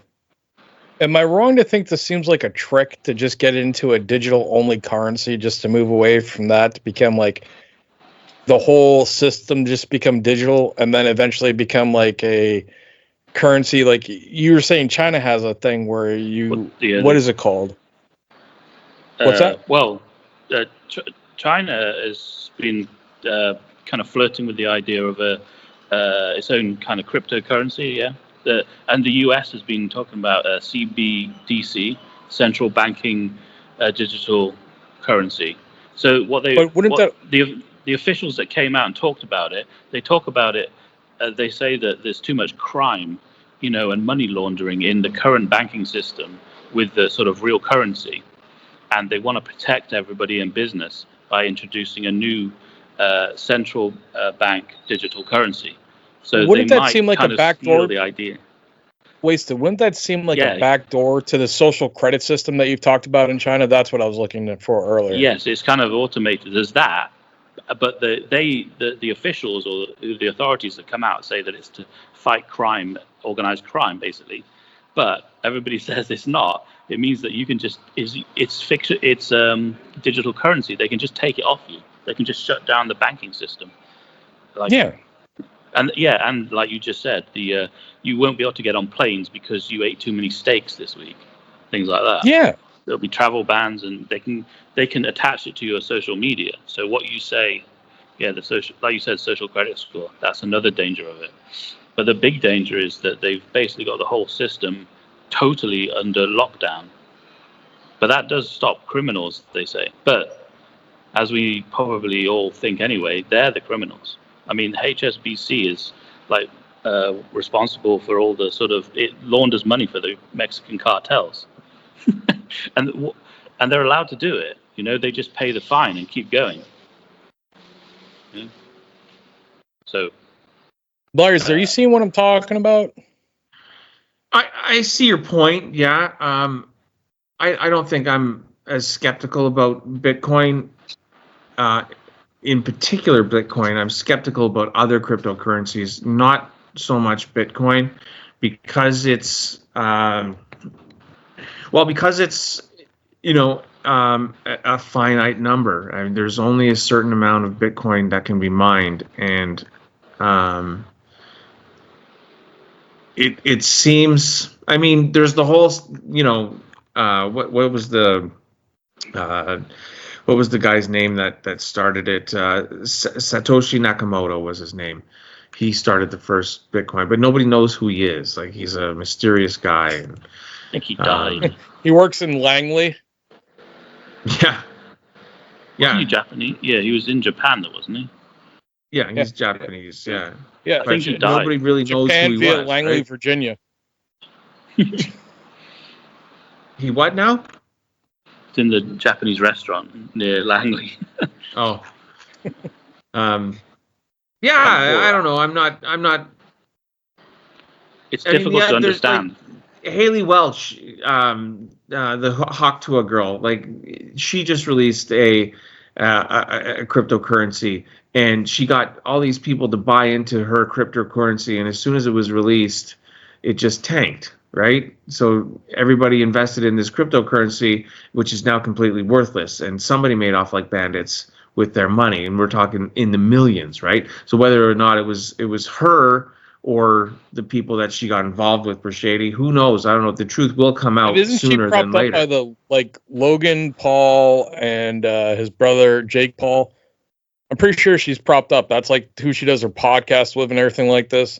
The guys that just put on that Mike Tyson scam fight, where if you watch videos, you can clearly see, Jake Paul exposing himself to Mike Tyson. Even with Mike Tyson's bad knees, you can just see him wide open, and like Tyson, probably biting his glove because he doesn't want to freaking just knock Jake Paul out because that wasn't the agreement. Right. Yeah. Seeing all that. That's what a scam that was. I mean, that's a bigger scam than Bitcoin ever was. But it's a shame because everybody talks about, like, now everybody's talking about how Jake Paul didn't knock out Mike Tyson and how he let up on Mike Tyson. I'm like, no. It's the other way around. It is the other way around. Like Mike Tyson's the baddest man in the world at one point. Jake Paul is a YouTuber. I mean, who doesn't know how to box? So yeah. Who's gonna remember this guy in 10 years unless if he's on like some like trial for like murder or some like scandal of like robbing money from people? Like no one's gonna remember the fucking Paul brothers. Right. I mean, they're not important. They're not like, oh wow, they were such a cultural significant impact in the world. Like Mike Tyson was known all around the world. You mentioned Mike Tyson, everyone knew who Mike Tyson was. Yeah, that's kind of why I think that fight was like a humiliation ritual. It's just organized by the social media companies to make Tyson look bad. You know, and I've read all that about the humiliation ritual into the Illuminati and all that. I'm not sure about Illuminati.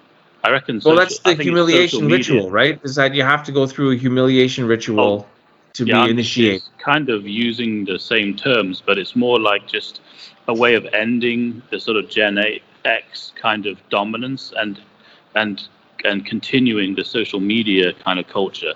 Like it's the Paul brothers and social media that had come out of the fight looking good, and it was all. And Tyson was like told, like, take your 20 million and go down in the third, sort of thing.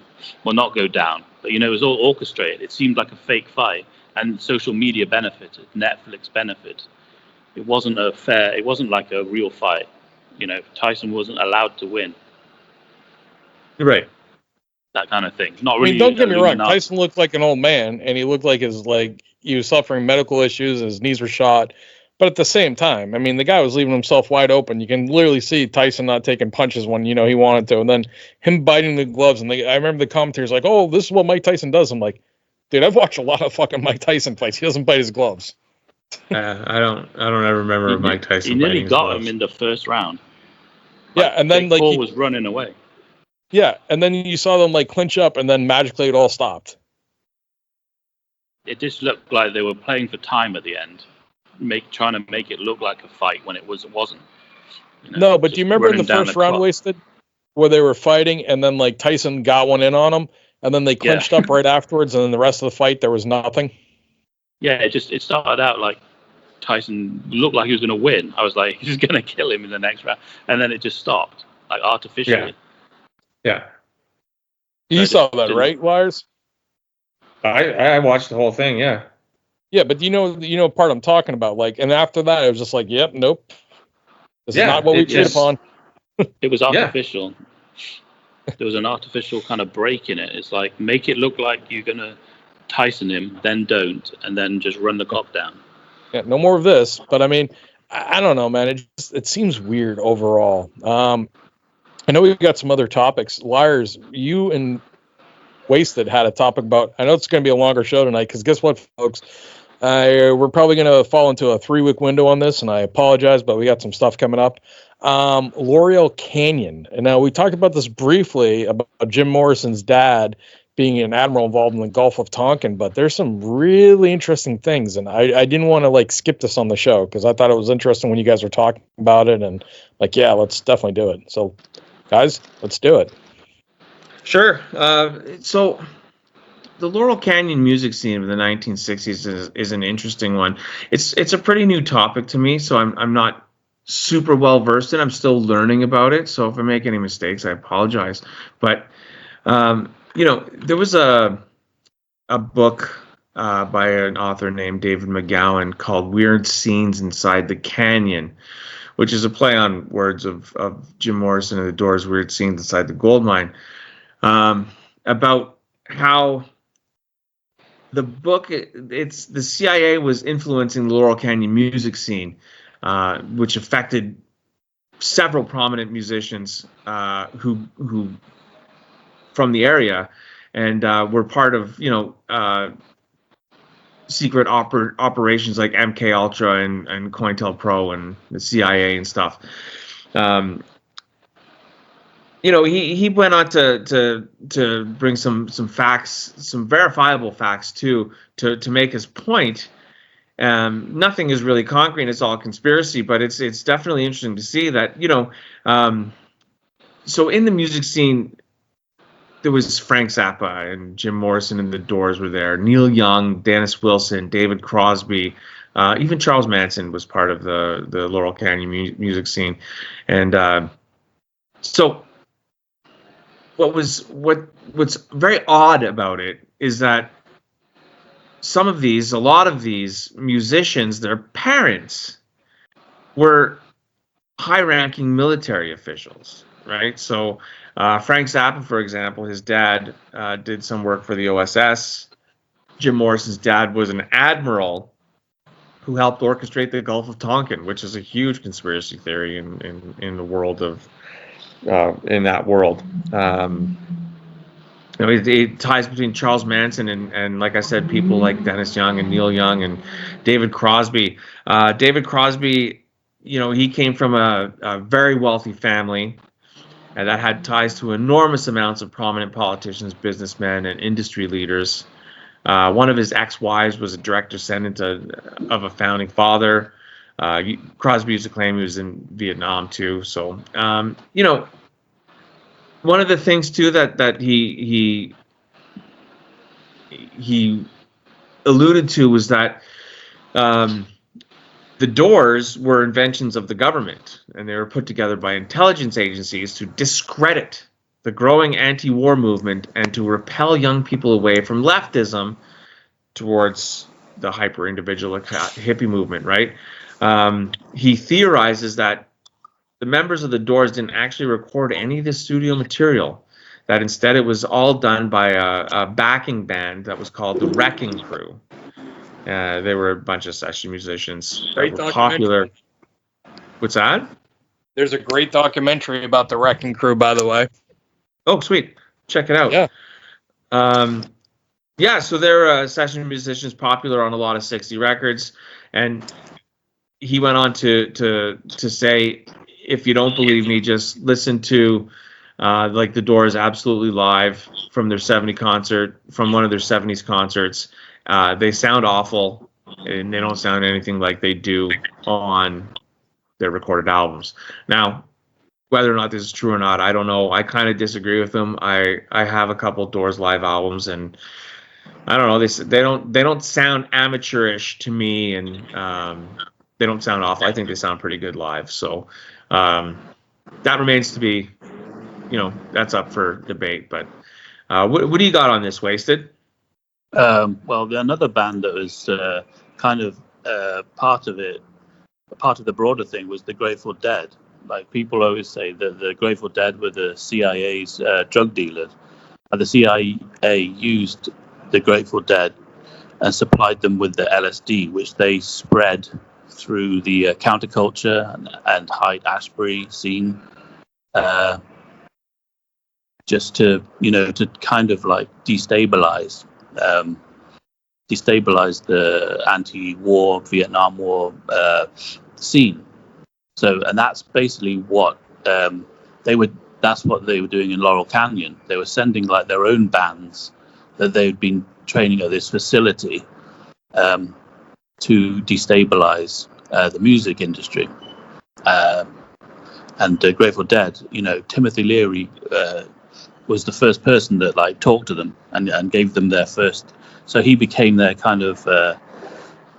They got like a steady supply. They just had so much of that kind of the drugs that everybody wanted on them, and they were just touring around, spreading it, and they were kind of like the soundtrack. So that's another part of it. And then there's also, it kind of has links. It's the same kind of thing as that they were doing with Manson. Like they were basically sent to kind of destabilize the New Hollywood, Polanski, CeeLo Drive. That set of people, like the Folgers, the Coffee heiress, they all had money, and they were funding Black Panthers, and they were kind of like those kind of activists. So in Chaos, the book by Tom O'Neill, is that they were there to basically to destabilize, maybe take out people funding the Black Panthers. So that's kind of so. And there was another COINTELPRO is more like FBI. There was a kind of like a movie star, I think it was Seberg. She was also had a kind of Black Panther boyfriend, and the FBI were kind of messing with her as well. You know, they kind of start like calling these celebrities that go off. The same in the whole of like rock music. Is it Potash? There's somebody called Potash who's been investigating this thing. Like with all these activist rock singers, the reason why they get killed, like he's investigated Kurt Cobain and Lennon, says the reason why they get killed is because they change from like hedonism and partying, and they get like political ambitions or activism, and then they end up dead. Prince is another one that gets mentioned. So anybody with who switches into a political, or they sense that there could be some kind of potential down the road, that's when they start doing a kind of COINTELPRO program on them, which is more about getting them hooked on, taking them over the edge. So it was a massive operation to sort of destroy the 60s counterculture, and a lot of it was coming out of Laurel Canyon. Well, if you notice, they really went away after the 60s. Like in the 70s, it went back to, sex, drugs, and rock and roll. And then magically disco came aboard and it was like, hey, cocaine. Yeah. Well, yeah. Which, kind of killed it. It ended who brought cocaine into the United States and and made sure to funnel that shit through? Well, the CIA. Manson was kind of the end of they made hippies look like just Nazi psychos, didn't they? Yeah, they really did. But they had him under control. It was all part of an operation, in the conspiracy theory. Well, they made them really like different. They went from like hippies, like when they first coming out, were just like peace, love, and just fucking each other and smoking weed, to then it was like Patty Hearst and the SLA. What is that? The Sudanese Liberation Army? Yeah. Oh, yeah, yeah. I mean, they went after the political people.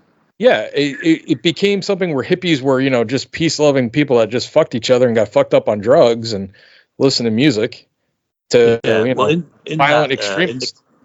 In the Chaos book, in the Manson Chaos book, that one of the David Smith guy who was running a clinic in Haight-Ashbury, he'd done his thesis at college. He's like a chemistry guy. He'd done his thesis on mixing speed with LSD in rats, and they put them in these mazes and stuff, and they all started attacking each other.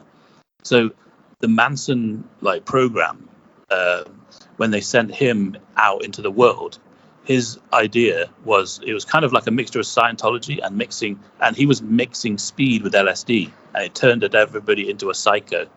And then they pushed those people at celebrities with hypnosis, so that they kill all the Hollywood Hills people. But it was the mixture of speed, adding speed into Haight-Ashbury is what changed LSD, the positive elements of it, into them turning everybody into a rabid dog. But that was planned. Well, everything in general just became more violent and more. How do I say this? A lot of traditional, like in America, a lot of traditional American values that were very popular in the 50s and in the 60s, they went out the window come the 70s. And, be it music, be it television, everything changed. Like the family unit kind of got split up, and it obviously got worse and worse from the 70s to the 80s to the 90s to 2000s, 2010s to now. But it really started taking that turn right in the very late 60s, early 70s, where the nuclear family and the foundation of America really started to change.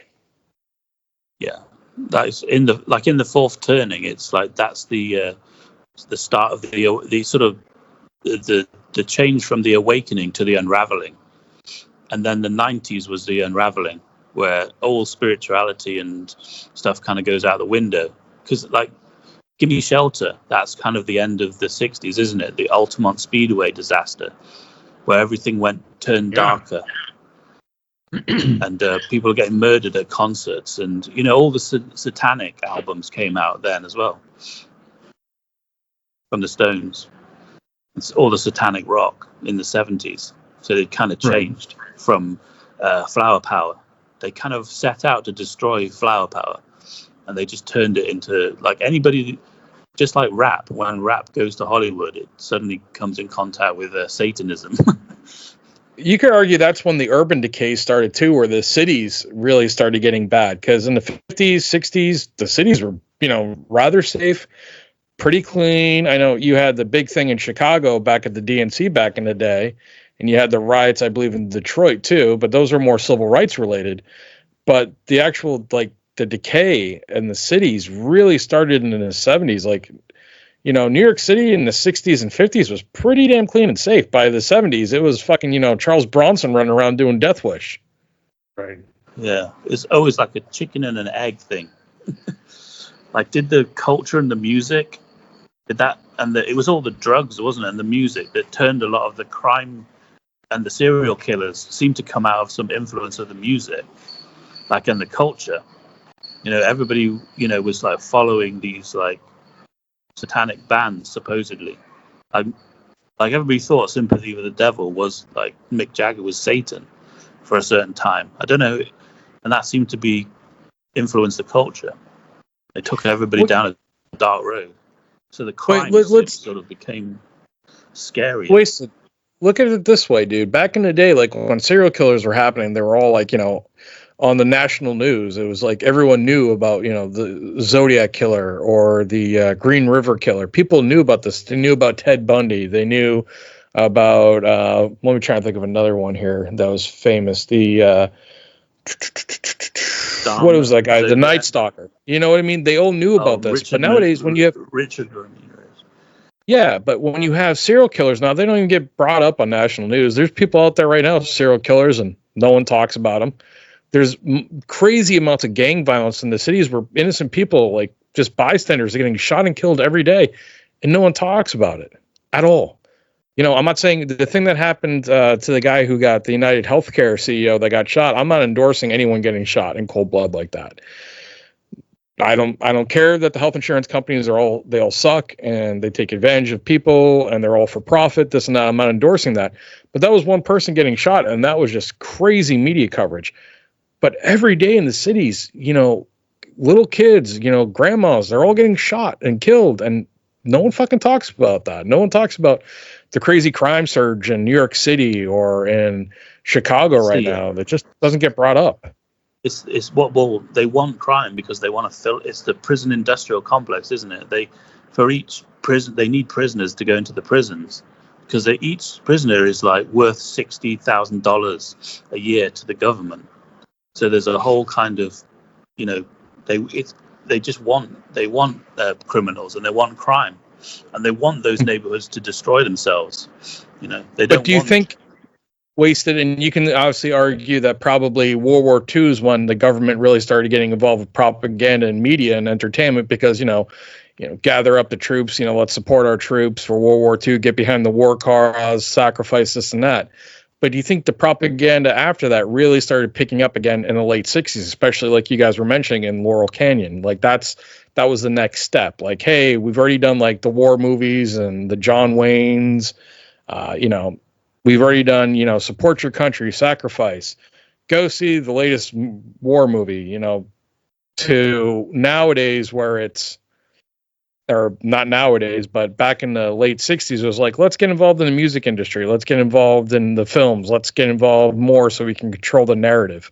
Because, like, you look at everything that's coming out on television or movies nowadays, and I'm not trying to shit on things. I think everyone should be represented, but represent into what your actual population is. Everything now is a woke piece of shit.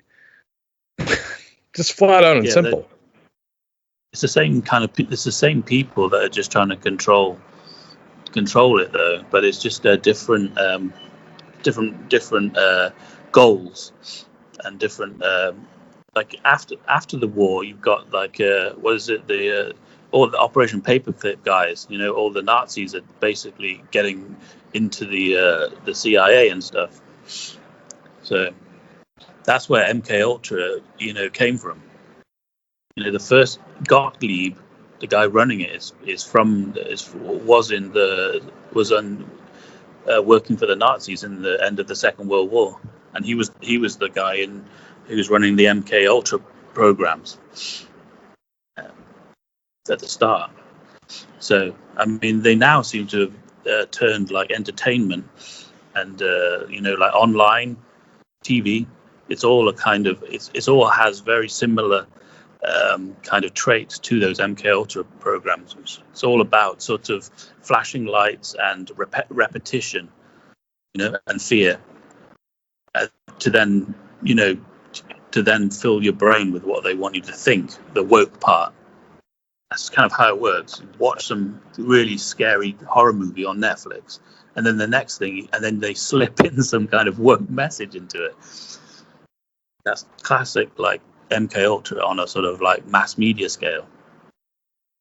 So it's continuing, but and using the internet is also even brought now. Everybody's telling. It's like mass surveillance, isn't it? Everybody's telling them who they are and what they think.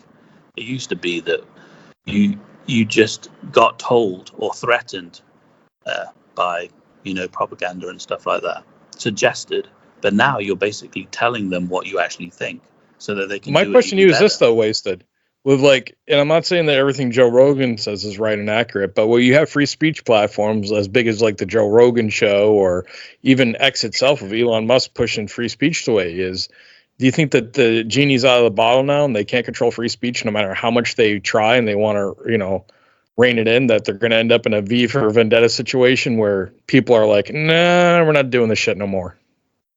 Yeah. But at the same time, they've got everybody online. They know what everybody thinks. So at some point, it's a bit like with the Chinese government back in the day with the communists.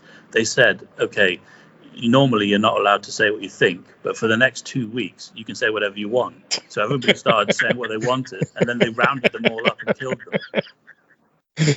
So freedom of speech, it might run out, and they'll just come to you and go, well, you said on Twitter, it depends who's in power, That's fucking horrible, man, because that's so realistic. Shit. That's what they did. Those Chinese are smart bastards, I'll give them that. I mean, and that's what it might be on Twitter and social media. You're just digging your own grave, maybe. Yeah. But I mean, it's always happened. Well, guys, we're going to be approaching the new year here soon. What are you looking forward to in 2025? An election. Oh, no, yeah. Election. Well, Trudeau's gone. He's going back to Cuba to go be with his dead father. Yeah, exactly. We have a federal election coming up. I don't know when they're going to call it for. I think it's in the later half of 2025. So the election and the obvious alien invasion that's going to happen. I don't think it's aliens. I'm leaning more towards Wasted Project Bluebeam, or it's either Project Bluebeam or it's the government. And hopefully they're not. Hopefully it's not like some people are saying, where they're detecting, trying to see if they can detect radiation sources for like a weapon of mass destruction or a dirty bomb, because that's fucking terrifying. I don't know. It seems like every day I wake up, like I ask myself, am I in purgatory? Like, did the world somehow end? And like, for some reason, like my family's still here, my friends are still here, but what the fuck? Like, this just doesn't, like, it doesn't feel right anymore. Something just feels not really adding up. Yeah, like it just doesn't like make sense anymore. Like common sense and logic is just not being applied. Yeah, you just got to find some time to like have a good time. Speaking of common sense and logic not being applied, guess what's coming in 2025, guys? What's that? Another Guns N Roses tour. Oh yeah, they sent me an email about it. Oh. They asked me to hop on the night train. What's the name of the tour? Something like, because what you want and what you get are two totally different things. Something like that, yeah. Are they trying to troll everybody? No. I think it's in reference to like an old tour or an old poster they had from back in the day. But That's what like, it is. but when I heard it, I was like, wow, is that what Axl says when Uber drops off his Taco Bell order? It's virtually the only thing you can rely on is your Domino's order. But like, people are getting all like, just in crazy line here, like, oh my God, they have a whole new album ready to roll. No, they don't. It's Axl has like, what have we said on the show? 4 to 6 Chinese leftovers that he's probably giving to Slash and Duff and be like, hey, I'm not recording new vocals. Make it work. And that's it. Isn't the time now between their last album longer than it was between their previous 2 albums, which was an absurd amount of time? Yep. Like, you remember in 2008 when they finally released Chinese Democracy, there was a huge joke that they hadn't put out an album in so many years, and now it's even longer now. We're not getting a new album 15 from this years. band. So it was 15 years because 93 Spaghetti Incident came out, if you want to count that as an album. So that was 15 years. And 2008 to, obviously, they're not, unless they really want to fuck with us and release an album here before 2025. So we're talking 17 years is what we're currently at. Crazy. Not really. I mean, you're going to be getting songs that are 25 years old. With, hey, look, Slash and Duff, they fucking they took out the old parts and they put their parts in, and same Axl vocals, and look, Melissa did a mix on it, so there you go. I mean, and the song that Duff, was it a solo song that Duff put out with Slash? Even Duff now has like a digital AI voice. What was that? The We Could Be Heroes song, or no? What was that song? Yeah, no, not We Could Be Heroes. I Can Breathe. Yeah, it's a new. I have a joke, but I'm not saying it. I have a joke. And even Duff has a sort of digitized voice on that. It sounds like a biker song, like they're on Harleys riding down a motorway, but Duff sounds like he's singing, using like a Siri AI voice to do it. Maybe that's just to make Axl look better. Age is catching up with them. I mean, it's over, buddies. I mean, yeah, just enjoy it for the lulz now. And, if you want to go to a show, go to a show. You'll get your 4 to 6 songs they got left. And then, whatever. They'll be like, but we combine the 4 to 6 songs with the other 4 songs they've released. Dude, that's 10. There's an album. Yay. And there you go. Congrats. Yeah. They're not going to put out a real album. No, it's not gonna be like, hey, we went into the studio and recorded something fresh together. That's just not happening. Eddie Trunks even said that's not fucking happening. Like last year, he's like, no, it's not happening. He's like, I talk to Slash all the time. No. So I guess it's something to be excited about. I don't know. I mean, I've gotten to the point now where I don't really care. I just don't. Yeah. Although I was listening to them the other day, and I gotta say I'm still a big fan. I always will be. And I'm a huge fan. I'll listen to the new stuff that comes out. I know it won't be an album. I know it's going to be 25-year-old vocals, and I know it's going to be reworked from an original song, and that I probably already have the leak to. It is what it is. We're all fans. We're all fans. Yeah. And, they're probably each one of us favorite band, but I mean, the excitement of 2016 is well and gone. I mean, unless if Axl just comes back like, with an incredible amount of rasp and running around the stage and giving rants, and I don't see it, man. The guy is, how old's Axl now? Someone look it up. He's got to be in his 60s. 60 something. No, he's not. No, he's not. He can't be 60. Let's see. Well, yeah, I guess he is. Okay, you got a Wikipedia right in front of you. Come on now. How old is Kevin Bacon? How old's Kevin Bacon? They're sort of interchangeable. Kevin Bacon's on stage most tours.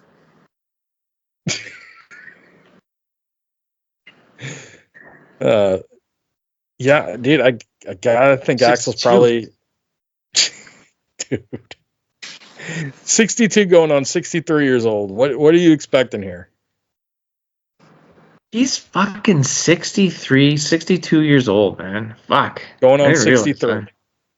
Because when's his birthday? No, he'll be 60.